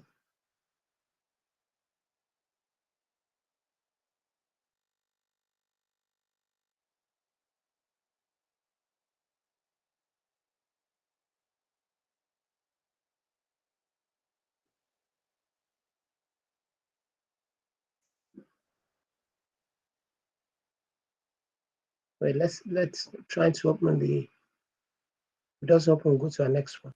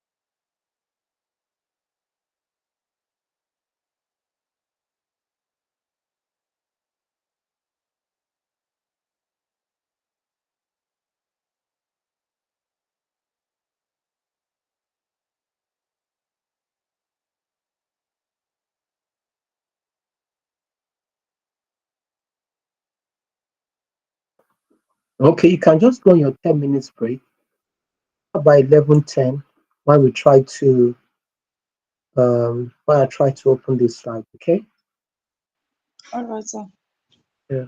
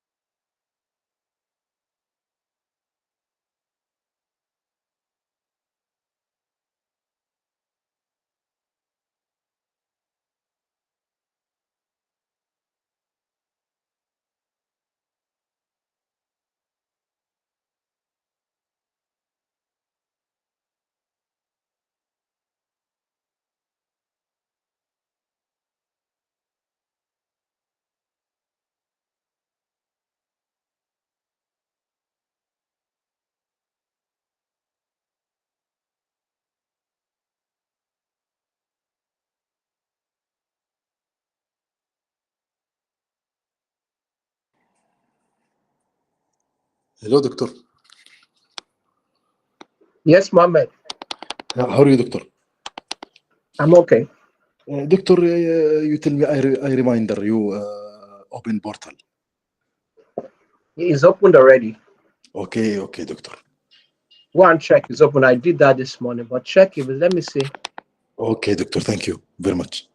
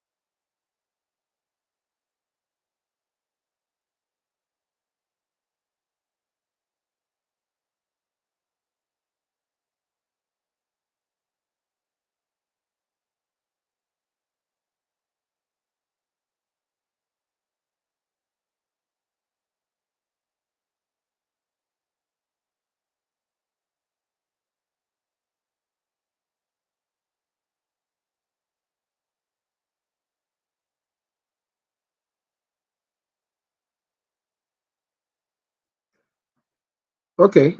Let's go on. Just go through your calculation. Next week we will treat it. I don't know. My network is quite slow today. Okay, Caracas. Okay, sir. All right. So let's move on.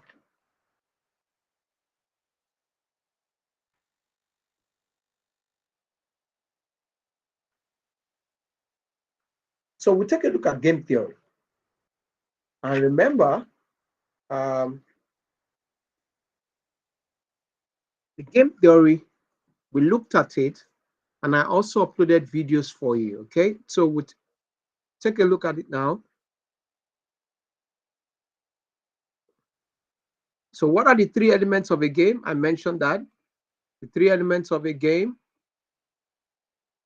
you Players, have strategy, player and payoff. payoff, player strategies and payoff. And I also mentioned that what is Nash equilibrium? Nash equilibrium simply means the best response. So let's take a look at um, this game. So if you take a look at this game, for example, how do we solve it? To solve it, to make it easier for you, you go this way first. Then you go this way. Okay. All right. So let me clean this. So you go horizontal, then vertical. Let me clean it.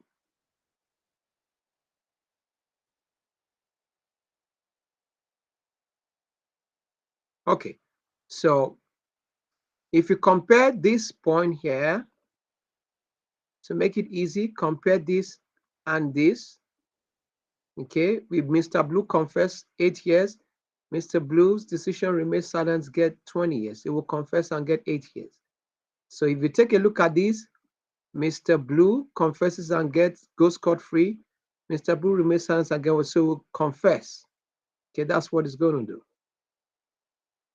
Okay, remember, this is Mr. Green's domain. Everything here is Mr. Green. These colors, Mr. Green, then here is Mr. Blue. Okay, so the dominant strategy for Mr. Blue is to confess and confess. All right, is to confess. What about Mr. Green? If you take a look at this, take a look at this point and this point. If Mr. Green confesses, gets a yes. If Mr. Green remains silent, gets 20 years. So confess and get 8 years. Take a look at this point also. If Mr. Green confesses, it goes scot-free. If Mr. Green remains silent, it gets 20. What will you do? It's going to confess. So Mr. Green and Mr. Blue's dominant strategy is to confess. So this is the Nash equilibrium. Okay, to confess and to confess. This is the Nash equilibrium. Is it clear? Is it clear, characters? Yes, sir. All right. So let's look at, so there are other questions there though. So look at the other question that they are also similar. Go through the same strategy and you'll be able to have your answer, okay? Then I mentioned something on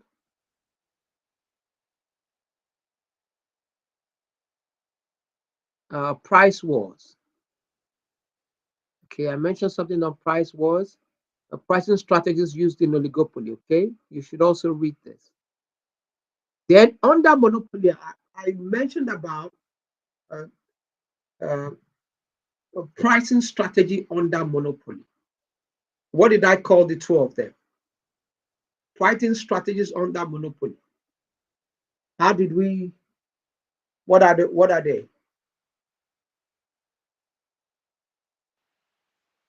Can you repeat the question, please, sir? The pricing strategies under monopoly. The pricing strategies under monopoly. The pricing strategies under monopoly.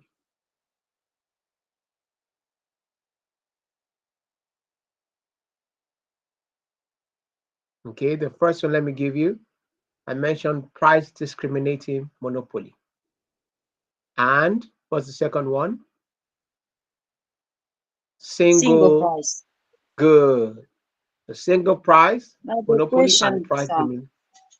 Yeah, so the question is, what I said, what are the pricing strategies under monopoly? What are the pricing strategies? Meaning that how do monopolies sell their product? At what price? Because they're price makers, they can decide to sell the same price for everybody. Or they can decide to sell individual price based on who the customer is. Okay. So go and check on that monopoly. I remember that now. Go and look at how I framed the edit. Okay. And you'll be able to get that. Just take a look at that. I remember that. If you have any questions, let me know. All right. So that's for game theory, which is straightforward. Then general and partial equilibrium, of course. So what is general equilibrium? General equilibrium is when the impact of one market on another market. Okay. What is partial equilibrium? Just looking at one market alone, without considering the changes of the effect on that market on another market. General equilibrium, the impact of one market on another. The partial equilibrium, the impact. We don't consider the impact of one market on other markets. Just looking solely at the activities of one market. Okay. So let's see again.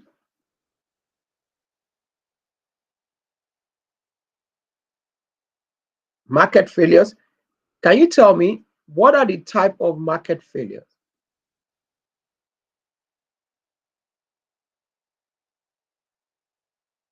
What are the types of market failure? Tell me.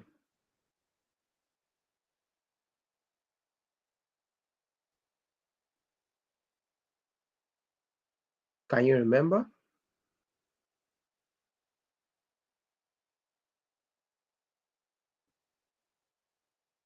Let me see. I think I have.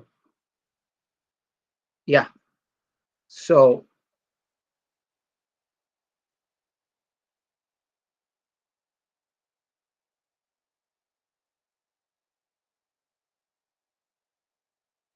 Carcass, can you remember the type of market failure? Yes, sir. Tell me. Monopoly, Monopoly, public good, public goods, external. externalities. Yeah. Externalities, good. Asymmetric information, what else? Income inequality, what else? Okay. So basically, this is the breakdown of a partial and general equilibrium. As you can see, partial equilibrium is just the technical terms for demand and supply, which I just explained.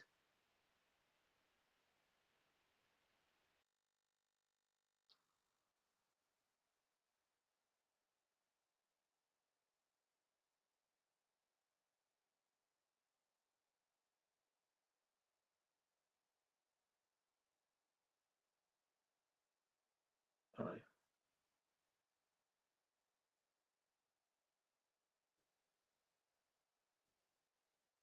Okay, so if you take a look at general equilibrium, you see, and you see the graph, right? You can. Yes, sir. Okay, so this is, oh, these pens are really nice, really, really nice and easy to teach now. And this is, so the impact of one market on another market. Partial equilibrium, just one market. Okay. So let's take a look at factor markets. So under factor markets, all right,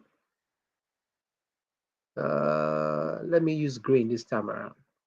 No.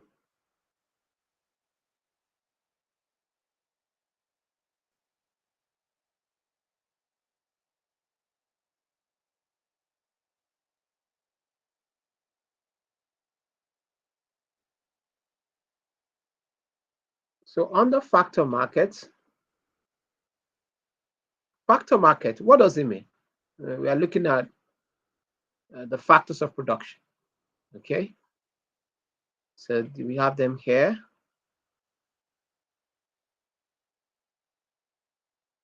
So these are the factors of production.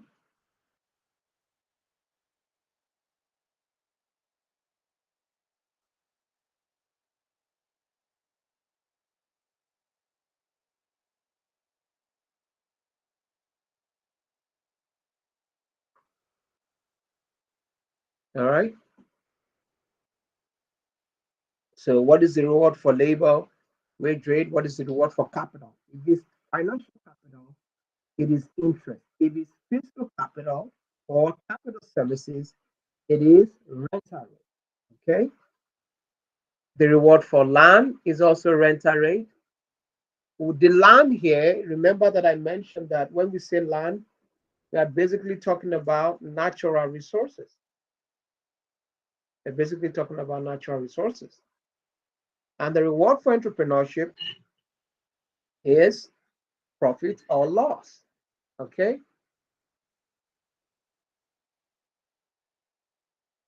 It's profit or loss. So I'll go straight to, for example, uh, so firms demand factors of production and also supply them. Both demand and supply of factors of production are determined by the price. The demand for a factor of production is a derived demand because it is derived from the demand for the goods and services produced by the factor. Okay, so this is the graph, demand and supply for the factor in the factor market. You can see P times Q is your factor income, or what we usually call total revenue, right? A change in demand or supply changes the equilibrium price, quantity, and income. An increase in demand shifts the demand curve rightward and increases income. Okay, an increase in supply curve shifts the supply curve rightward, and income might increase, decrease, or remain constant depending on the elasticity of demand for the factor. Okay, demand is elastic, income rises. Demand is inelastic, income falls, and demand is unitary, income is constant. Okay, most importantly, I want to go to this one. Okay, the natural resource market. The natural resource market, or what we sometimes call land, fall into two categories. Okay, renewable and non-renewable natural resources. Both renewable and non-renewable, they are natural resources. But the difference is that one of them is replenished by nature. What that means is that it can replenish itself. For example, if rain falls today, rain can fall tomorrow, rain can fall next tomorrow, rain can fall next and next tomorrow. We need renewable to survive. For example, sun, we need to survive. Rain, we need it to survive. Wind, we need to survive, because each of these things are tied to our survival. Non-renewable also is a natural resource. It's also tied to our survival, but it does not replenish itself. If you extract oil from the ground, if something goes wrong, for example, there's a war, or there's bomb, or there's a war going on, for example, or there's a disaster going on, of course, you know that that resource could be contaminated. You might not be able to use it, all right? Or it can even dry up. But you can imagine we saying the sun dries up, or you can imagine us saying that the moon does not shine, or you can imagine us saying that the wind will not blow. We need the rain for crops. We need air for our survival. We need sun for our survival, all right? So both of them are both natural resources, but one of them replenishes itself and the other depletes. Okay, it's a natural resource that depletes. For renewable, it can't deplete. It's just like saying the sun will deplete. Okay. So you see here, non-renewable resources are natural resources that does not replenish. Once used, they are no longer available, e.g. coal, natural gas, and oil. Coal, natural gas, and oil. So let's take a look at the supply of renewable natural resource. The supply of renewable natural resource. You could see that the supply of renewable natural resources is infinite. I mean, you cannot exhaust it. You see, the quantity of land and other renewable natural is fixed. The quantity supplied cannot be changed by individual decision. People can vary the amount they own. In this graph, the supply of land is perfectly inelastic. No matter the rent, you cannot supply more than what exists. Okay. So I'm going to pay attention to this. Okay. Just brush to capital, the same for capital. Now we take a look at market failure.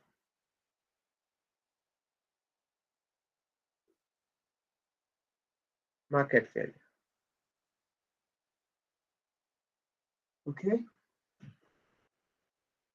You have enough time to study. Okay. I've covered the revision for this week.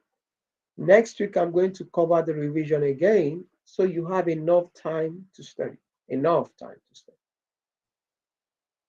Okay, so let's take a look at market failures. Market failure refers to the failure of the market system to allocate resources efficiently. It arises because the price mechanism has not taken into account all costs. Let me see if our calculation can open now.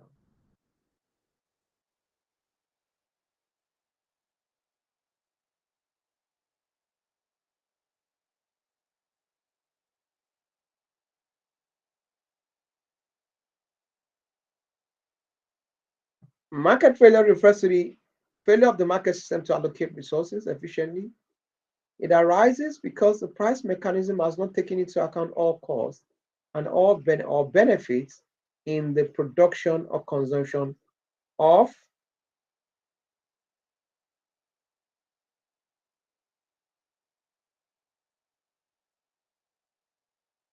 the product or service. What are the types? You have externalities, which could be negative and positive externalities. You have public goods, you have informal gaps, information gaps, you have labor immobility, you have monopoly, you have inequality.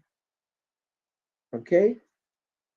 So what are externalities? You see, externalities are cost and benefit to third parties who are not directly part of a transaction between producers and consumers. I said, when the action of a person or business has unintended effect or consequences on a third party or bystander. It's a negative externality. There's an unintended harmful effect on a third party, spillover cost. Positive externality. There's an unintended beneficial effect on a third party, spillover benefits. Okay, see the example. This one is smoking and pollution. This one is vaccinations and a well-kept garden. Vaccination and a well-kept garden.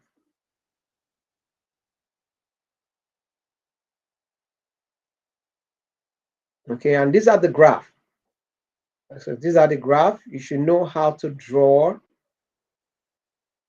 Pay attention to your negative externalities and your positive externalities, okay?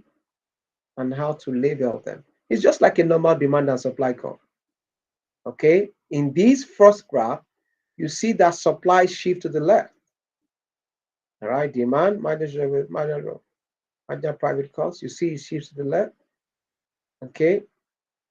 And if shift to the left, for example, if you are drawing it, this is it here. Let's assume here you have something like this.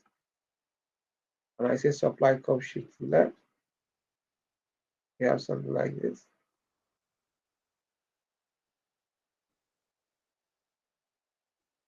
This is your debt with loss here. Okay, so it's not difficult to draw. Of course, you know that the graph is like a demand and supply curve graph. It also appears here the demand curve shift to the right. If demand shifts to the right and you don't shift your supply, of course, you know price will increase and quantity will also increase. And this is the gap here, debt with loss. Yeah. Okay. So let's also take a look at public goods. Please pay attention to your market failure. Okay, read your market failure. Read your market failure. Public goods and private goods. Okay, what are public goods? Public goods are non-rivalrous. Okay.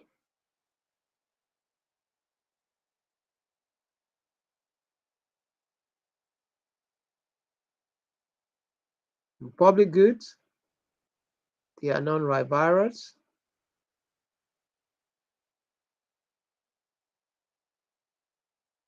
Yeah, non-rivalrous. Okay. And you cannot be excluded from using it. You cannot be excluded from using it. Okay. Non-rivalrous. And you cannot be excluded from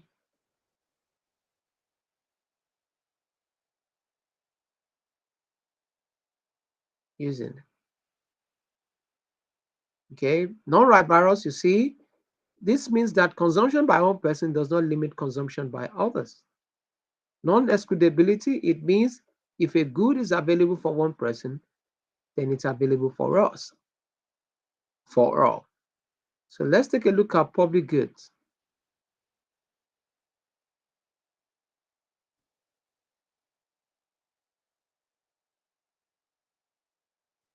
So let's say private goods. Private goods,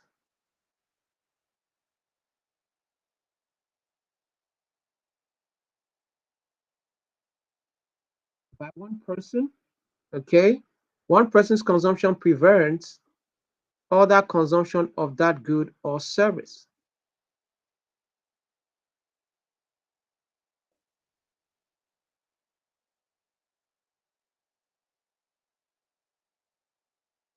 Excludable,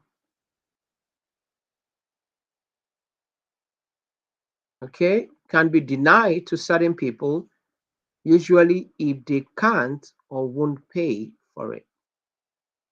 Okay, the example of public goods, you see here. Private schools could be anything. It could be schools, it could be cars, it could be, it could be anything. Okay. The provision of public goods leads to what we call a free rider problem. And I mentioned what is a free rider problem? A free rider problem occurs when a person who does not, for example, pay his tax, or a person who does not meet up with his own civic duties also still uses these resources, these public resources. And I said, for example, as a student, if you don't do your mujarad, nobody is going to stop you from using the street light, or nobody is going to stop you from driving the highway. Although if you are caught without doing your student permit, yeah, there's a penalty for that. Okay, so basically, free rider problem occurs when people who do not pay for these public resources still make use of it. Okay, all right. So, Karakes, do you have any questions, observations? No, sir. Are you sure? Yes. So can you tell me, Yeah. yeah, can you tell me, it's not a question, can you tell me some of the topics we have covered in this course? Tell me some of the topics we have covered in this course. In fact, it's possible, can you remember all the topics? What was the first topic that we covered? The first one, sir. I Yes, can what's the first? just. Okay, I'm going to do it. I'm going to go through, now I'm going to go through a quick cap on what we have done. In the introductory section, you can mute your mic, but pay very close attention. Okay, mute your mic, but pay very close attention. In the introductory section,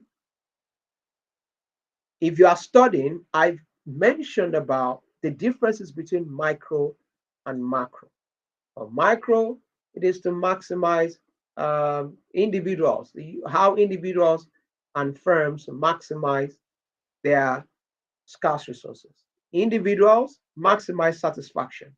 Firms maximize profit, while macro deals with the economy as a whole.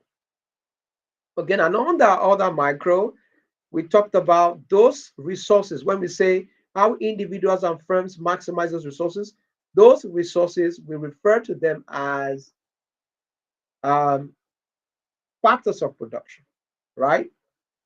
We refer to those resources as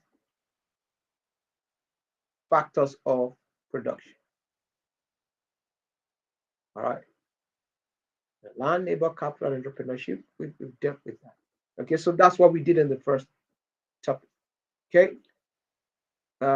In the second topic, we've done the introduction, we've done the theory of consumer behavior, we've done individual demand, we've done market demand, we've done elasticity. Okay, we've done elasticity, we've done motives of a firm. Okay, firm motives, theory of production, firm motives. Under firm motives, we also talked about, aside firm motives, or we also mentioned something related to ownership and control. That is types of business organizations. All right, we did that. We've done game theory. Of course, we've done market structures. We've done game theory. We've done market failure. We've done factor markets. And we've treated general and partial equilibrium. Okay, so this is for today. This will be the last thing I will go through. I will go through the calculations. All right.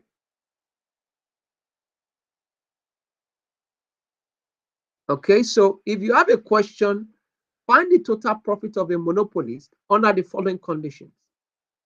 Okay, so this is the question. D.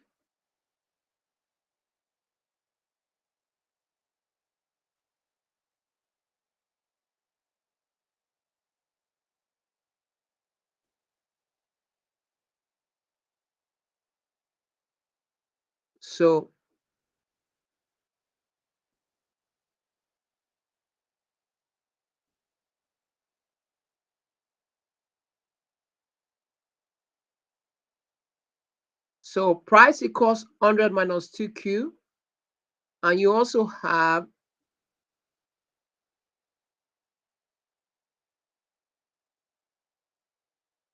piece cost at 100 and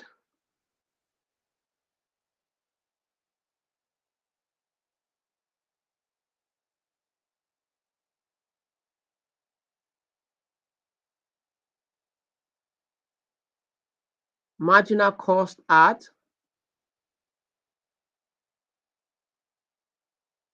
20. Okay, so first of all, we want to find profit maximizing quantity. You remember at what point will the firm produce to be able to maximize profit? And that profit might not be economic profit. That might be zero economic profit, or that might be for a firm to be at a break-even point. For a firm to be at a break-even point.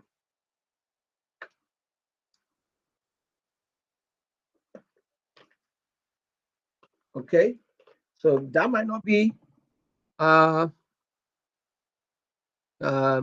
maximize that might not be economic profit. That might be zero economic profit. Basically, zero economic profit. So see, how do we first do that? We find, so we need to find the marginal revenue. To find the marginal revenue, of course, we need to first find the total revenue. What is total revenue? Is P times Q. We've been given P, which is 100 minus 2Q multiplied by this Q. So you have 100Q, that's 100 times Q, minus 2Q squared. Then you find the first differentiation, the TR, the Q, which means differentiate total revenue with respect to Q. Differentiate this equation with respect to this Q. So you have 100 minus 4Q. All right. We've already been given MC, which is 20. Okay, so now let's find the profit maximizing quantity is to equate MR equals MC. So that's what you have here. By the time you are done, this is the profit maximizing quantity, and this is the profit maximizing price. Okay, you do the same thing for, so to find the total revenue, you have to find the profit To find profit, that will be TR minus TC. Okay, so the profit is 700. Profit is 700. You do the same thing for this question.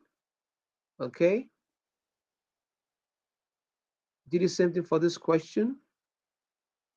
You follow the same approach for this question. Okay, the same. You have your marginal revenue, you have your marginal cost. Okay, equate marginal revenue cost marginal cost. Then you have find your profit maximizing quantity, to find your profit maximizing price. Then you can be able to find your profit if you are being asked to do so. All right. All right. So do we have any questions? No, sir. All right. So I will. Let me see what else. I wanted to make it definition level 50.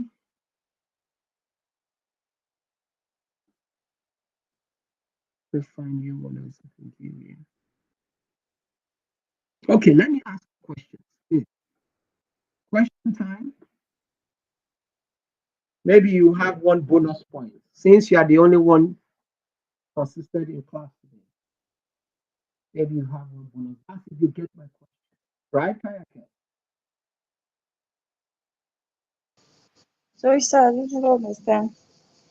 So I said I'm going to ask a question. If you get it, you have one bonus point. Do you have problem with your mic? Like, Okay, mic? wait. Can you hear me now? Yes. All right. I said you have one bonus point. I'm going to ask a question. If you get it, you would have one bonus point. Sir. Okay. Are you ready? Yes. All right. So, in fact, it's not just one question I'll ask you. I'm going to ask you about 5 questions. All right. The first question. Sir. The first question. At what point will a firm produce to be able to maximize profit? At what point? To maximize profit. Yes, to maximize profit, at what point will a firm produce? At what point will a firm produce to maximize profit? At what point? Hi.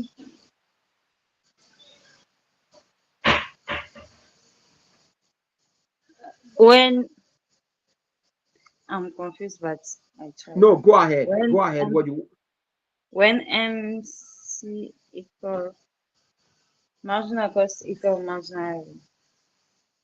marginal cost equals what? Marginal revenue. Good. That's correct. So at what point will the firm produce to maximize profit? The point where marginal revenue equals to marginal cost. Marginal cost. Yes, you are correct. Okay, so that's my first question. Good job. My second question. Can you explain natural barrier to entry?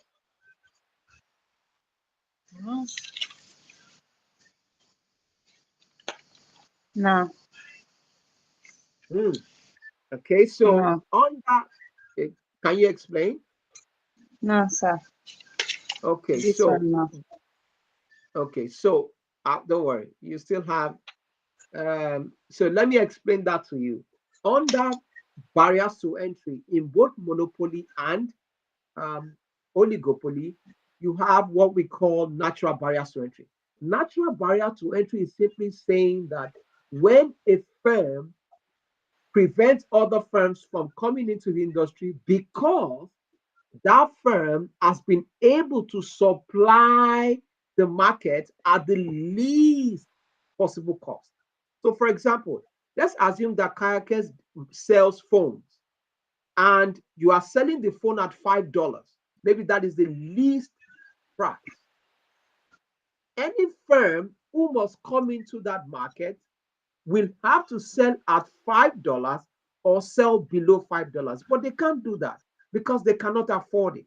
So natural barrier to entry is saying that when you prevent other firms from coming into the industry because you are selling your product, supplying the entire market at the least possible cost.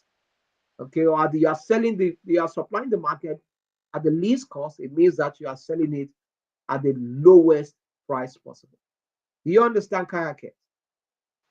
Yes, sir. Okay. My third question. What are, in the natural resource market, what are the types of natural resources that we talked about today? In the natural resource market, what are the types of natural resources that we spoke about today? What are they? In the natural resource market, what are the types of natural resources that we spoke about today?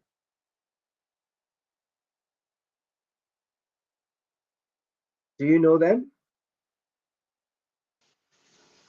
The last, like,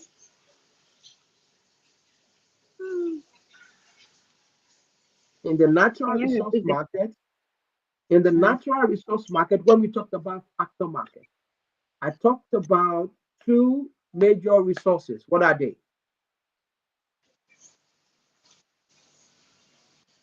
You, but, Renewable no, and non-renewable and resources. non-renewable. Okay, so non-renewable are things like oil, gas. Renewable are things like sun, wind, water, or hydro, geothermal. Okay, good job. Yes. My how many questions have I asked you? 4 or 3? 3. Okay, the fourth one. The fourth one. Let me ask you from. Let me ask you from. Yes. Okay. There are,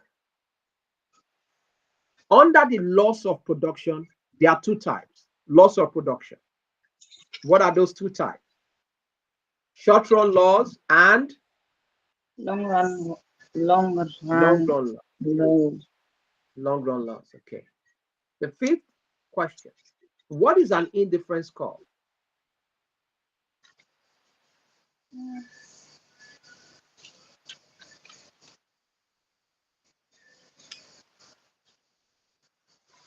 What is an indifference called?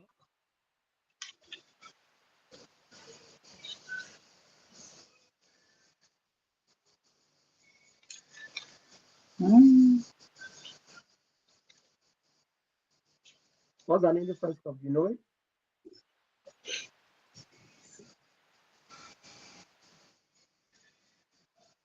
An indifference call shows the combination of 2 goods that gives a consumer the same level of what? That gives a consumer the same level of what?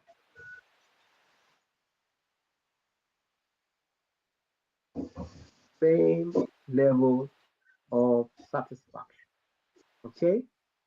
Same level of satisfaction. All right. I think we can call it a day today. Next week, we'll go through our revisions again from the first to the last topic. But I'll be able to give you dates and venues for, you already know the date range. I'll be able to tell you when our exam will be, okay? Okay, so Yeah. So you have 1 mark from me today. Tamam. thank you, sir. You're welcome. All right. Have a great day. Thank you, sir. Same to you. All right. Bye-bye.